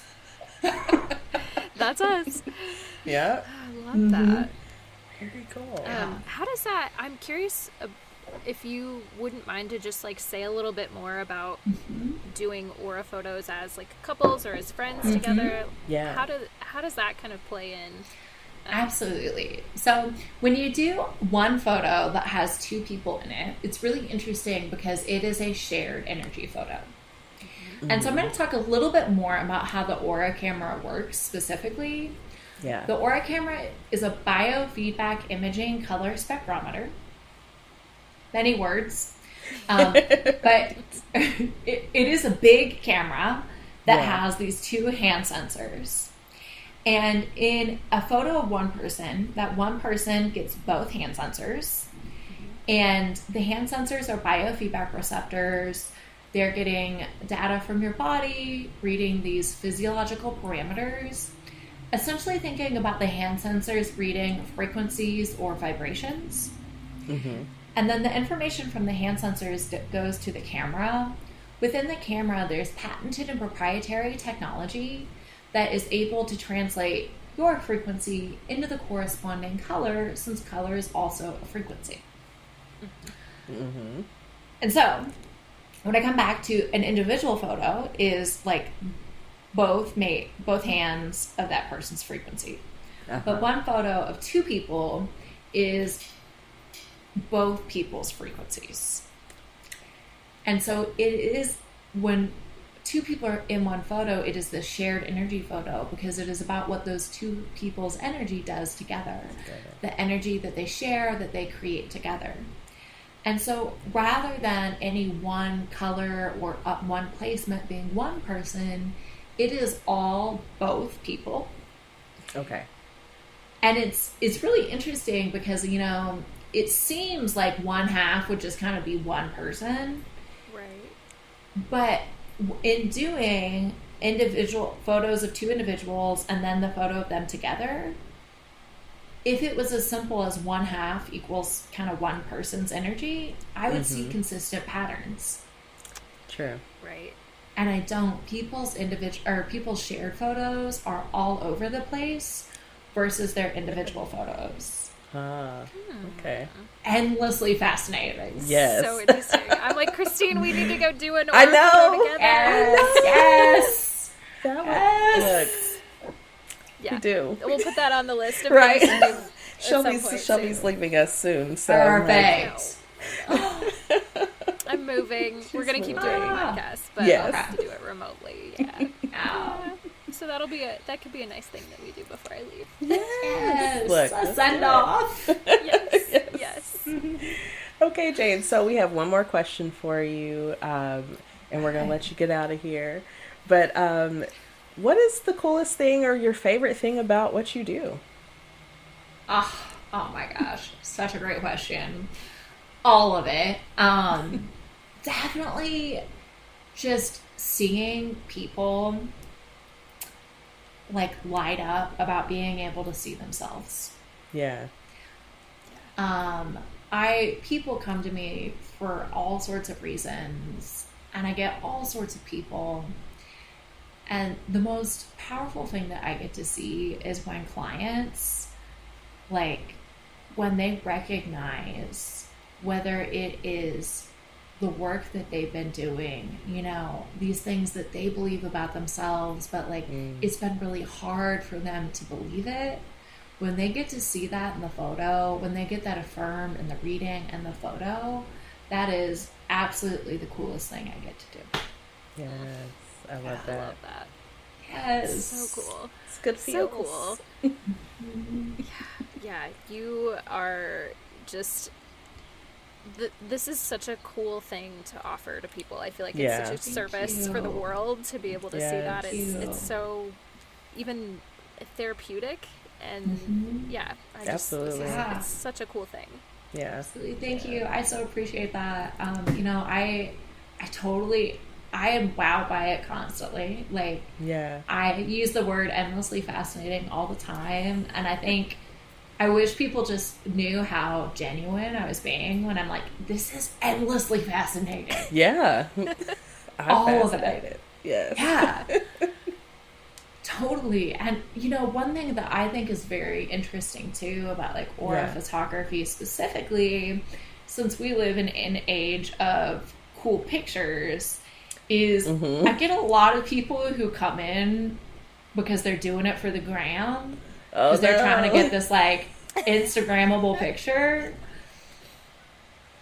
But when they come in and get so much more than that, I'm like, this is it. This is why we do this is the good stuff. Like, you thought you were going to get a picture, but you got your life. Yes. Yeah. Yes. I love that. I love that so much. I love it. Yes. It's so cool. Yeah. Well, I think that's all of our questions. Yeah. Is there anything else that you want to tell us, or do you maybe want to tell us, and you know, whoever ends up listening to this, where we can find you? Absolutely. Great idea there. Yes. Yes, please. So, Tertiary Site is a little aura photography studio. I'm in the 5 Points Alley Shops in 5 Points, the neighborhood in East Nashville. Literally a stone's throw from the actual intersection. Right. The studio is open Friday to Monday. You can book your appointment online at www.tertiarysite.com. You can Google Aura Photography Nashville. It will also pop up. I know tertiary is a very hard word to spell. We'll put it in the show notes. We're going to put it in the show notes. I was like, we're going to put it in the notes. Yes, fantastic. Thank you. And of course, I'm on Instagram. That's my main platform. I'm not great at social media, but I do post there on occasion. And one of the fun things about the Instagram is you can scroll through and really get to see so much about what we're talking here today, because you can see so many different photos from all these different people.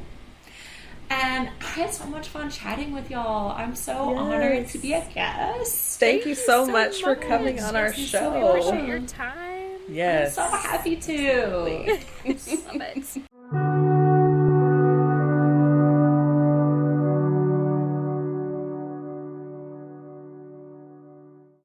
We are back. We hope you enjoyed our interview with the lovely Jane from Tertiary Site. Yes. I know you enjoyed it. It was great. We loved it. I'm sure you did. Yeah. Very professional interviewing of us. Great questions from Christine. Yes. We did our thing. It was like, look at us. We're real podcasters now. I wish you guys could see us. We've got our headphones on. We've got our very professional microphones. Yeah, it's great. We're doing it. So, our last part of our episode, or our meets today, I'm just going to talk about a couple little things you can do to learn more of your color astrology, if you will. Mm-hmm. There are a couple of...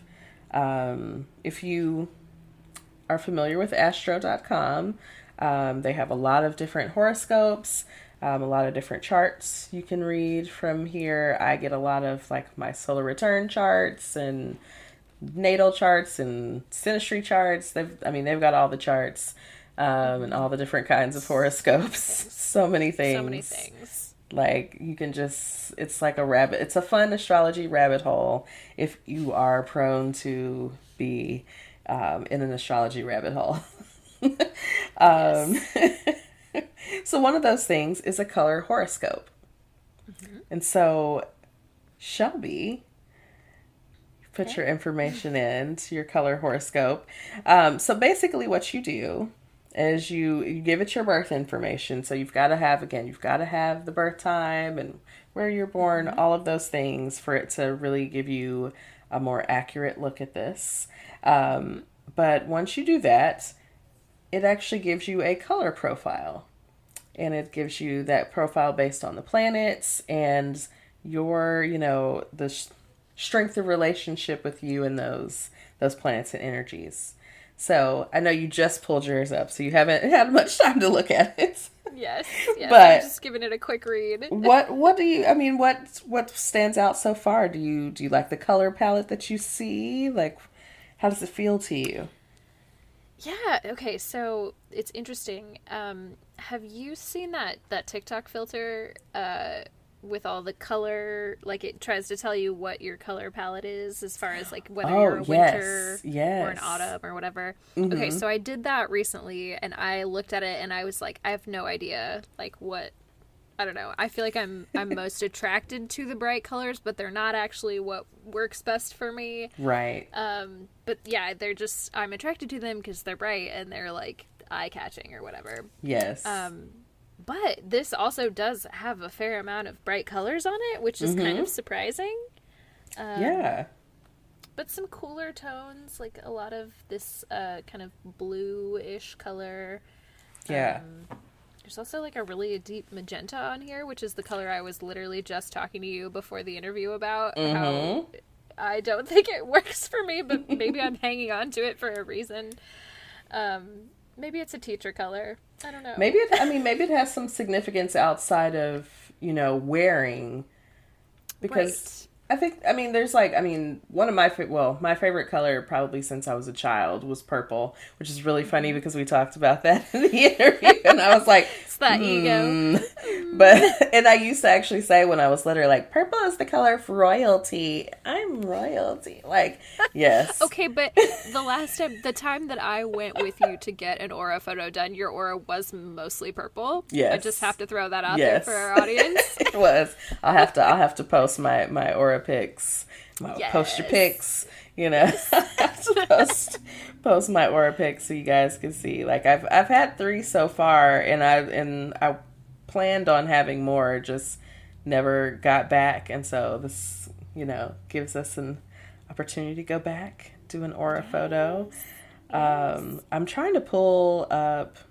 I have so many windows. You would laugh at. I'm trying to do this on my phone. Too many tabs open. So Too many tabs. many in my browser and my phone. There are definitely 50 tabs open, and some of them have multiple. Can't handle it. Cannot handle it. But I leave them open because I like to revisit all of these sites. It's true. I understand it. It's just not for me, and that's okay. Oh, it's terrible. I'm trying to get to yes, okay. So I'm like, I don't know why only your chart is in my tablet, but let me get to mine. Okay. So I know it's in my phone. So okay.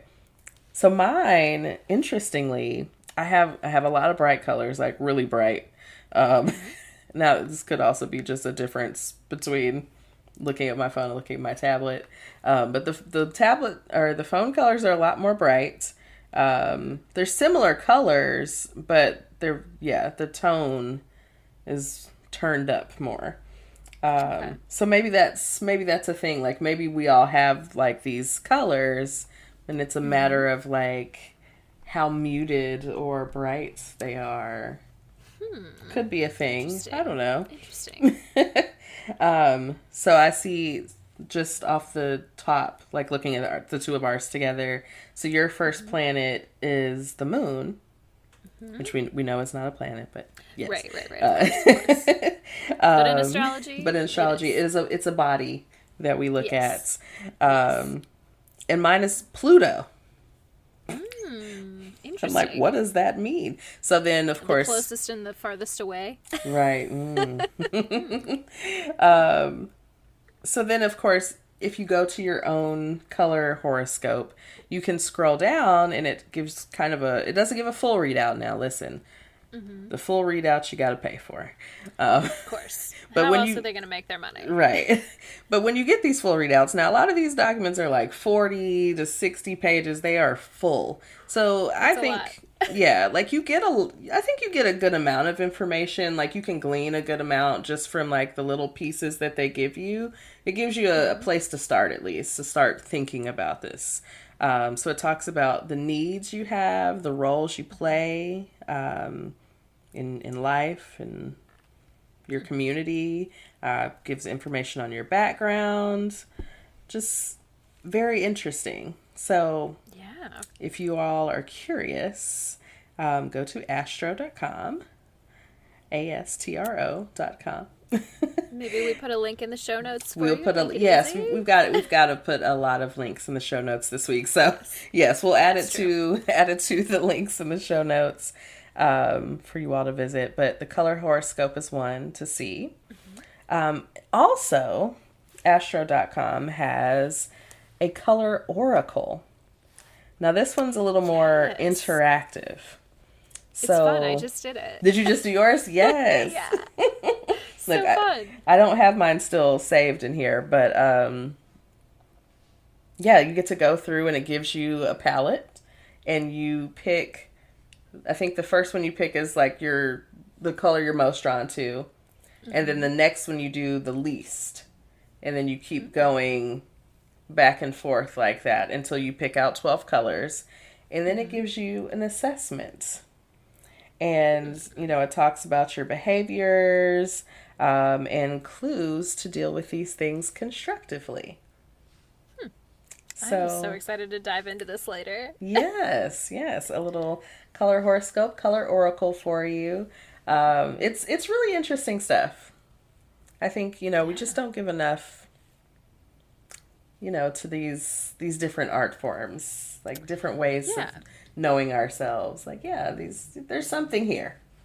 Yeah, I agree completely. Yeah. So that's all I have for our meets.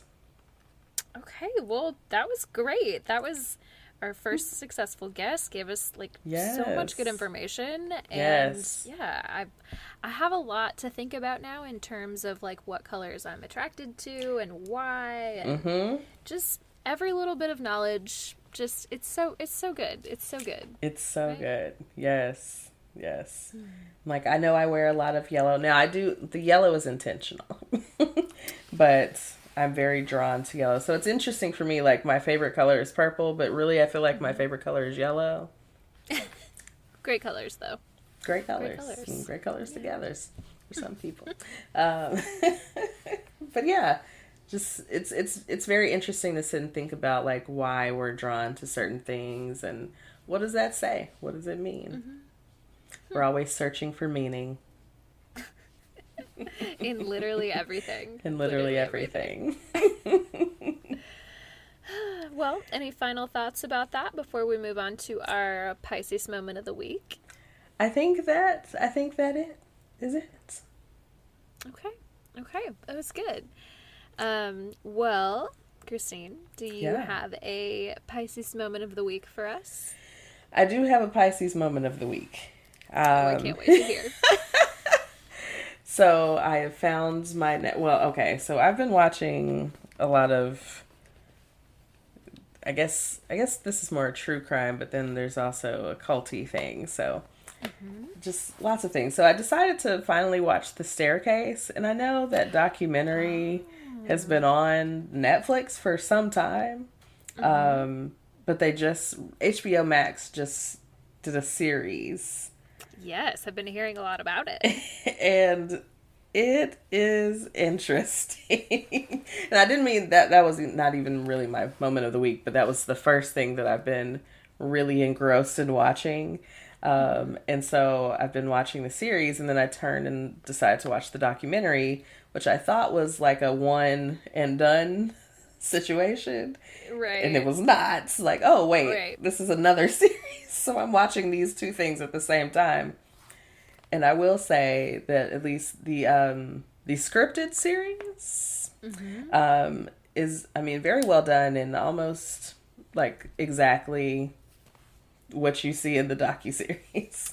Huh. As far as like the scenes that you see in the docuseries, like, and you see them mirrored, I'm like, oh, yeah, okay, that was exactly how it went in that. Yeah. But Yeah, because are the documentary filmmakers, they're like portrayed in the scripted in the series, yeah, right? they are. And I heard something about how they are not super happy with the way that they were portrayed. Oh, I bet.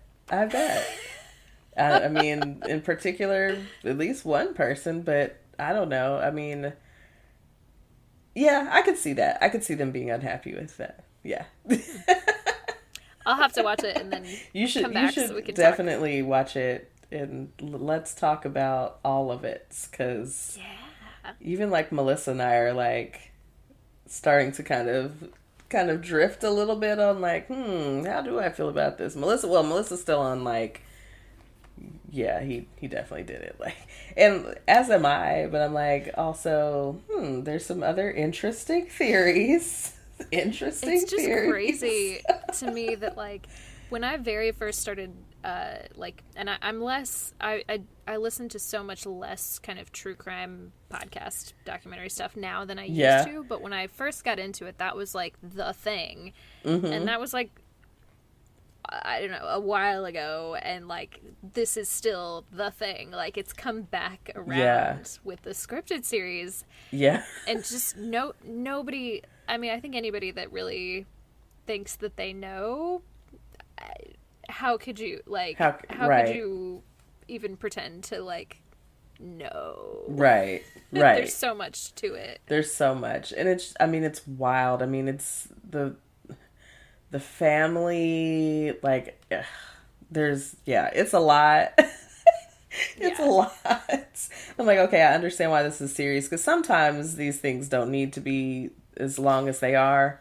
Exactly. But there's always something else going on. I'm like, good God, how many more episodes? What else is going on? Like, the trial ends in like episode 3 or 4.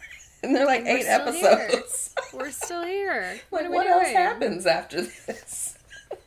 Okay, I'm so sorry. I got you so far off of like what your actual moment of the week was. No, it's all good. I was coming right back. So the other piece of this was I've been watching, or I just started watching, because I think this just came out, a documentary or docuseries on Netflix called Be Sweet, Pray, and Obey. Ooh. And it is about the FLDS cult under Warren Jeffs. Oh. Yes. Interesting. Okay. And I have, like, as soon as I'm like, I saw it, of course it was advertised to me, right? Like, it was on the big banner. Is what you want to hear. It's like, oh, she likes the cults. Yes. So, I'm like, oh, what's this? Absolutely. Let's turn it on. And then flipping from watching the docuseries about the staircase. So I was like, yeah, let's take a break and let's watch this other mess, So I am all engrossed. But also just like, I guess at this point, it just doesn't even feel that far-fetched to me. Like, so many of these cults, and maybe because this isn't particularly a religious cult that, like, is an offshoot of, still probably in some, I mean, we're talking about Christianity, and we talk about, like, some of the more extreme areas of that. And then you have full-on, like, culty offshoots, which is, like, FLDS. Particularly, as these people would say, under Warren Jeffs. Though it was seemed plenty culty under its previous leadership. But also, I don't know, like there were so many for me like loose parallels, right? Because again, like it's religion, and so I can see like how people are in this space, like, well, this is your belief system and you're indoctrinated in it. Like you were Right. born into this, like you were born being told that like the outside world is evil and like Never known anything different. you've never known anything different, like you live a certain way, like, and you believe that you have to do all these different things for your salvation. And I'm like, I mean, it's not to that extreme, but I'm like, I feel the same way about the way I grew up. Like, as far as my, like, Yeah. it's not I mean, extreme, but it's still similar. So I'm like, I see how people are here, like. yeah, I think it's so interesting to me that like people who grow up with religion are so much more indoctrinated, whereas like I kind of grew up like Christian adjacent, but like we never really went to church or anything, and I'm still just not a deeply religious person. And I think, I don't know, maybe that's my own kind of conditioning to not really be a religious person, but like, I think, yeah, just I respect people a lot more. Not to say that I don't respect people in a religion. I'm trying to say this in a way that like It's I'm hard. expressing It's it appropriately, yeah, right? I know.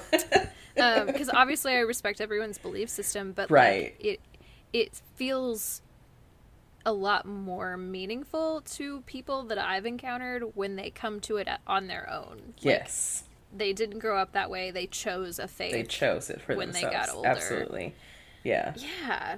And I think that is the perspective often that is needed. And not that we're going to get onto a tangent about religion, but like it is. This is my moment of the week. Right. Yeah. It's just like, I mean, it's perspective that's needed. Just a little bit of distance to kind of see like, okay. And some people get that. But a lot of people, and it can also be like personality. I mean, there's even signs that are more devout towards belief systems. And so, some people are just more drawn to being very strictly devout about these things. And some people are like, yeah, take this with a grain of salt. Like, yeah, this is, I believe this, but also like those things, no, I don't really subscribe to those. Right. And I think churches too, like of all kinds, or just like religious bodies tend to, shy people, or like they, I'm trying to think of the right word. They like try to keep people from questioning. Right. Or,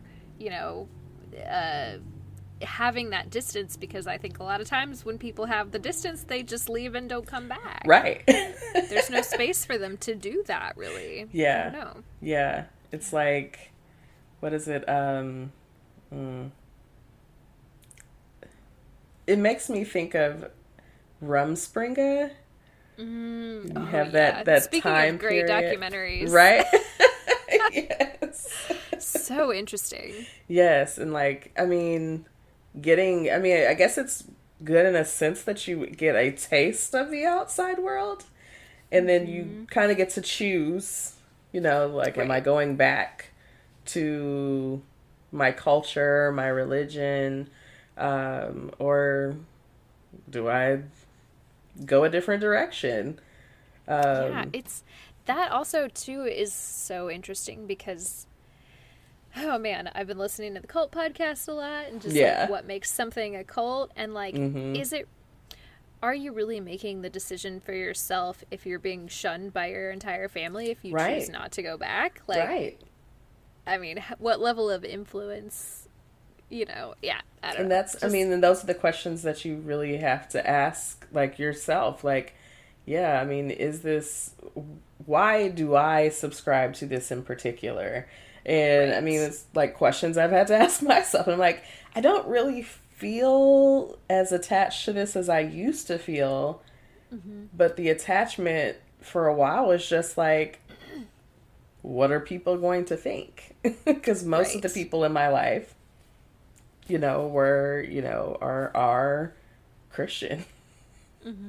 Yeah. So it's like, well, how are people going to, perceive me or accept me? And you have to do the work to kind of be beyond that. Like, yeah, I mean, that's for them to have. Like, that's not my issue, really. No, but it's still, yeah, it's still hard. I think, growing up in an environment like that and then being faced with a, you know, am I willing to, like, give up or, you know, yeah, give up my particular relationship with these people, but then, like, Yeah. it feels bad that that relationship has to be conditional, and yeah, Right. it's just, it's so complicated, and I don't fault anybody for making whatever decision they end up making, Yeah. because that's, yeah. It's why I, like, you know, I'm like, I try not to get into certain conversations with people, and I feel like most of the people in my life have that same respect for me. Like, look, I kind of feel like we're on a different page on this. We used to not be on a different page, but I think we are now. And they just respect it and let it be. Yeah. And I appreciate that. I'm like, because I'm going to respect what you feel and what you believe and let that be. And, like, I'm not here to tell you anything's right or wrong. I'm like, this is me over here and that can be you over there. Yeah. Yeah. And we can still love each other. And yeah, like, it can really be okay. You can still pray for me or whatever. Yep. Just, you know, don't have those, you know, undertones of whatever else you're trying to say but not say. Right. Yeah. Yeah. But anyways, Man, that's my moment of the week. Just getting into, I you could know, talk cults, about that all day. religion, very Pisces, you know. Yes. Yes. Oh man. Again, yeah, that's a conversation I could get on a soapbox about, and we could talk about for hours. Yes. Trying to think if I had a real Pisces moment of the week. Again, we do this. How often do we record? We record so frequently, and every time I'm like, did like, I have but I don't know. I guess I've really just been. I had a real moment the other day where I was feeling like, just really happy that it was the summer season. Yes. And just feeling very, like, light and, you know, trying to spend more and more time around water. I just ordered myself a bunch of new swimsuits that I didn't really need. Yes. So, you know, I feel like I'm a real summer girl, and I don't know if that is related to being a Pisces or if that's just how I am, but I've been really just vibing with being in the summer and, like, Yes. you know, having some playfulness and yeah, just trying to incorporate that in because I have so much going on. Just remembering to, actually, I saw you post a thing about this today, but remembering to schedule joy into my life and, and doing a good job with that, I feel like. Absolutely. I mean, schedule it. Listen, this is my time for joy right now. Yeah, it's important. It's important. It really is. Because the world is heavy. Things are heavy out here. Yeah, that's also, I guess, another thing that I've been doing a lot of is dissociating from the news. You just, I mean, I'm not going to say you have to, but you got to do what you got to do. And I often have to do the same. So.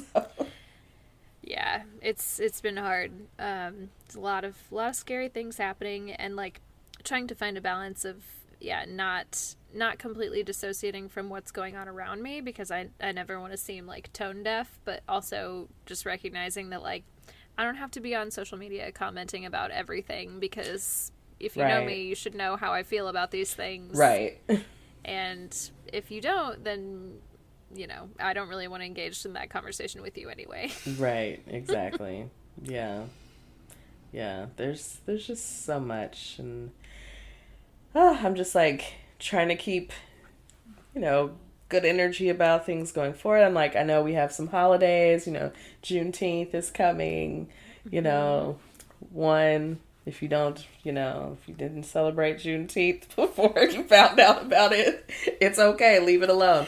Like, before you saw the it's the Freedom for Me ice cream. The Freedom for Me, listen, and all the other travesties of products that are out here. God, it's Pride Month, you know, there's a lot of celebrations, and I'm just like, you know, I just want everybody to be safe. because people are wilding out here. But Indeed. yeah. Trying to keep the energy high. I'm trying not to, for even myself to be in a fearful place. And like, look, no, we're going to go live life. We're going to go do the things. We're not going to stay in the house just because, like, we're just going to, keep a watchful eye out. Yes, exactly. Yeah. Everything kind of, having that balance. Yes. Even though, of course, I guess by the time this airs, all of this will already have passed. Yeah, we'll be in a different place. Yeah, I'm not actually sure when exactly this episode is going to come out, but yes, we'll figure that out off right. mic. Yes, but yeah, so that's our show, I think.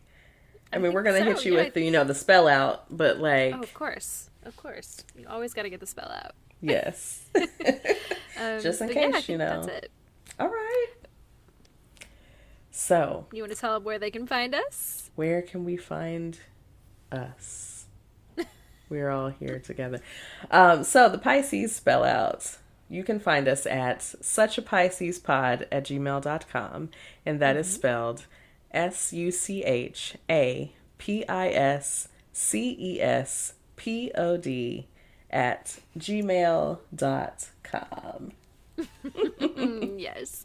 We are also at Such a Pisces Pod on Instagram, Twitter, and of course, Facebook. If you're still there. So yeah, go follow us, go check us out. Please go check out Tertiary Site on Instagram as well.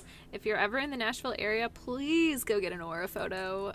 Jane it's is such dope. a fun experience. Her shop is beautiful. Yeah, it's just such a great time. I'm so happy that we had her on the pod. Yes. I'm proud of us. All right, y'all. I am too. I'm proud of us figuring out virtual recording. Yes. Before we absolutely had to. Right. Yeah. We're doing good, and I hope that you guys, our listeners, are doing good too. All right, y'all. Well, see you next time. We'll see you next time. Bye. Bye.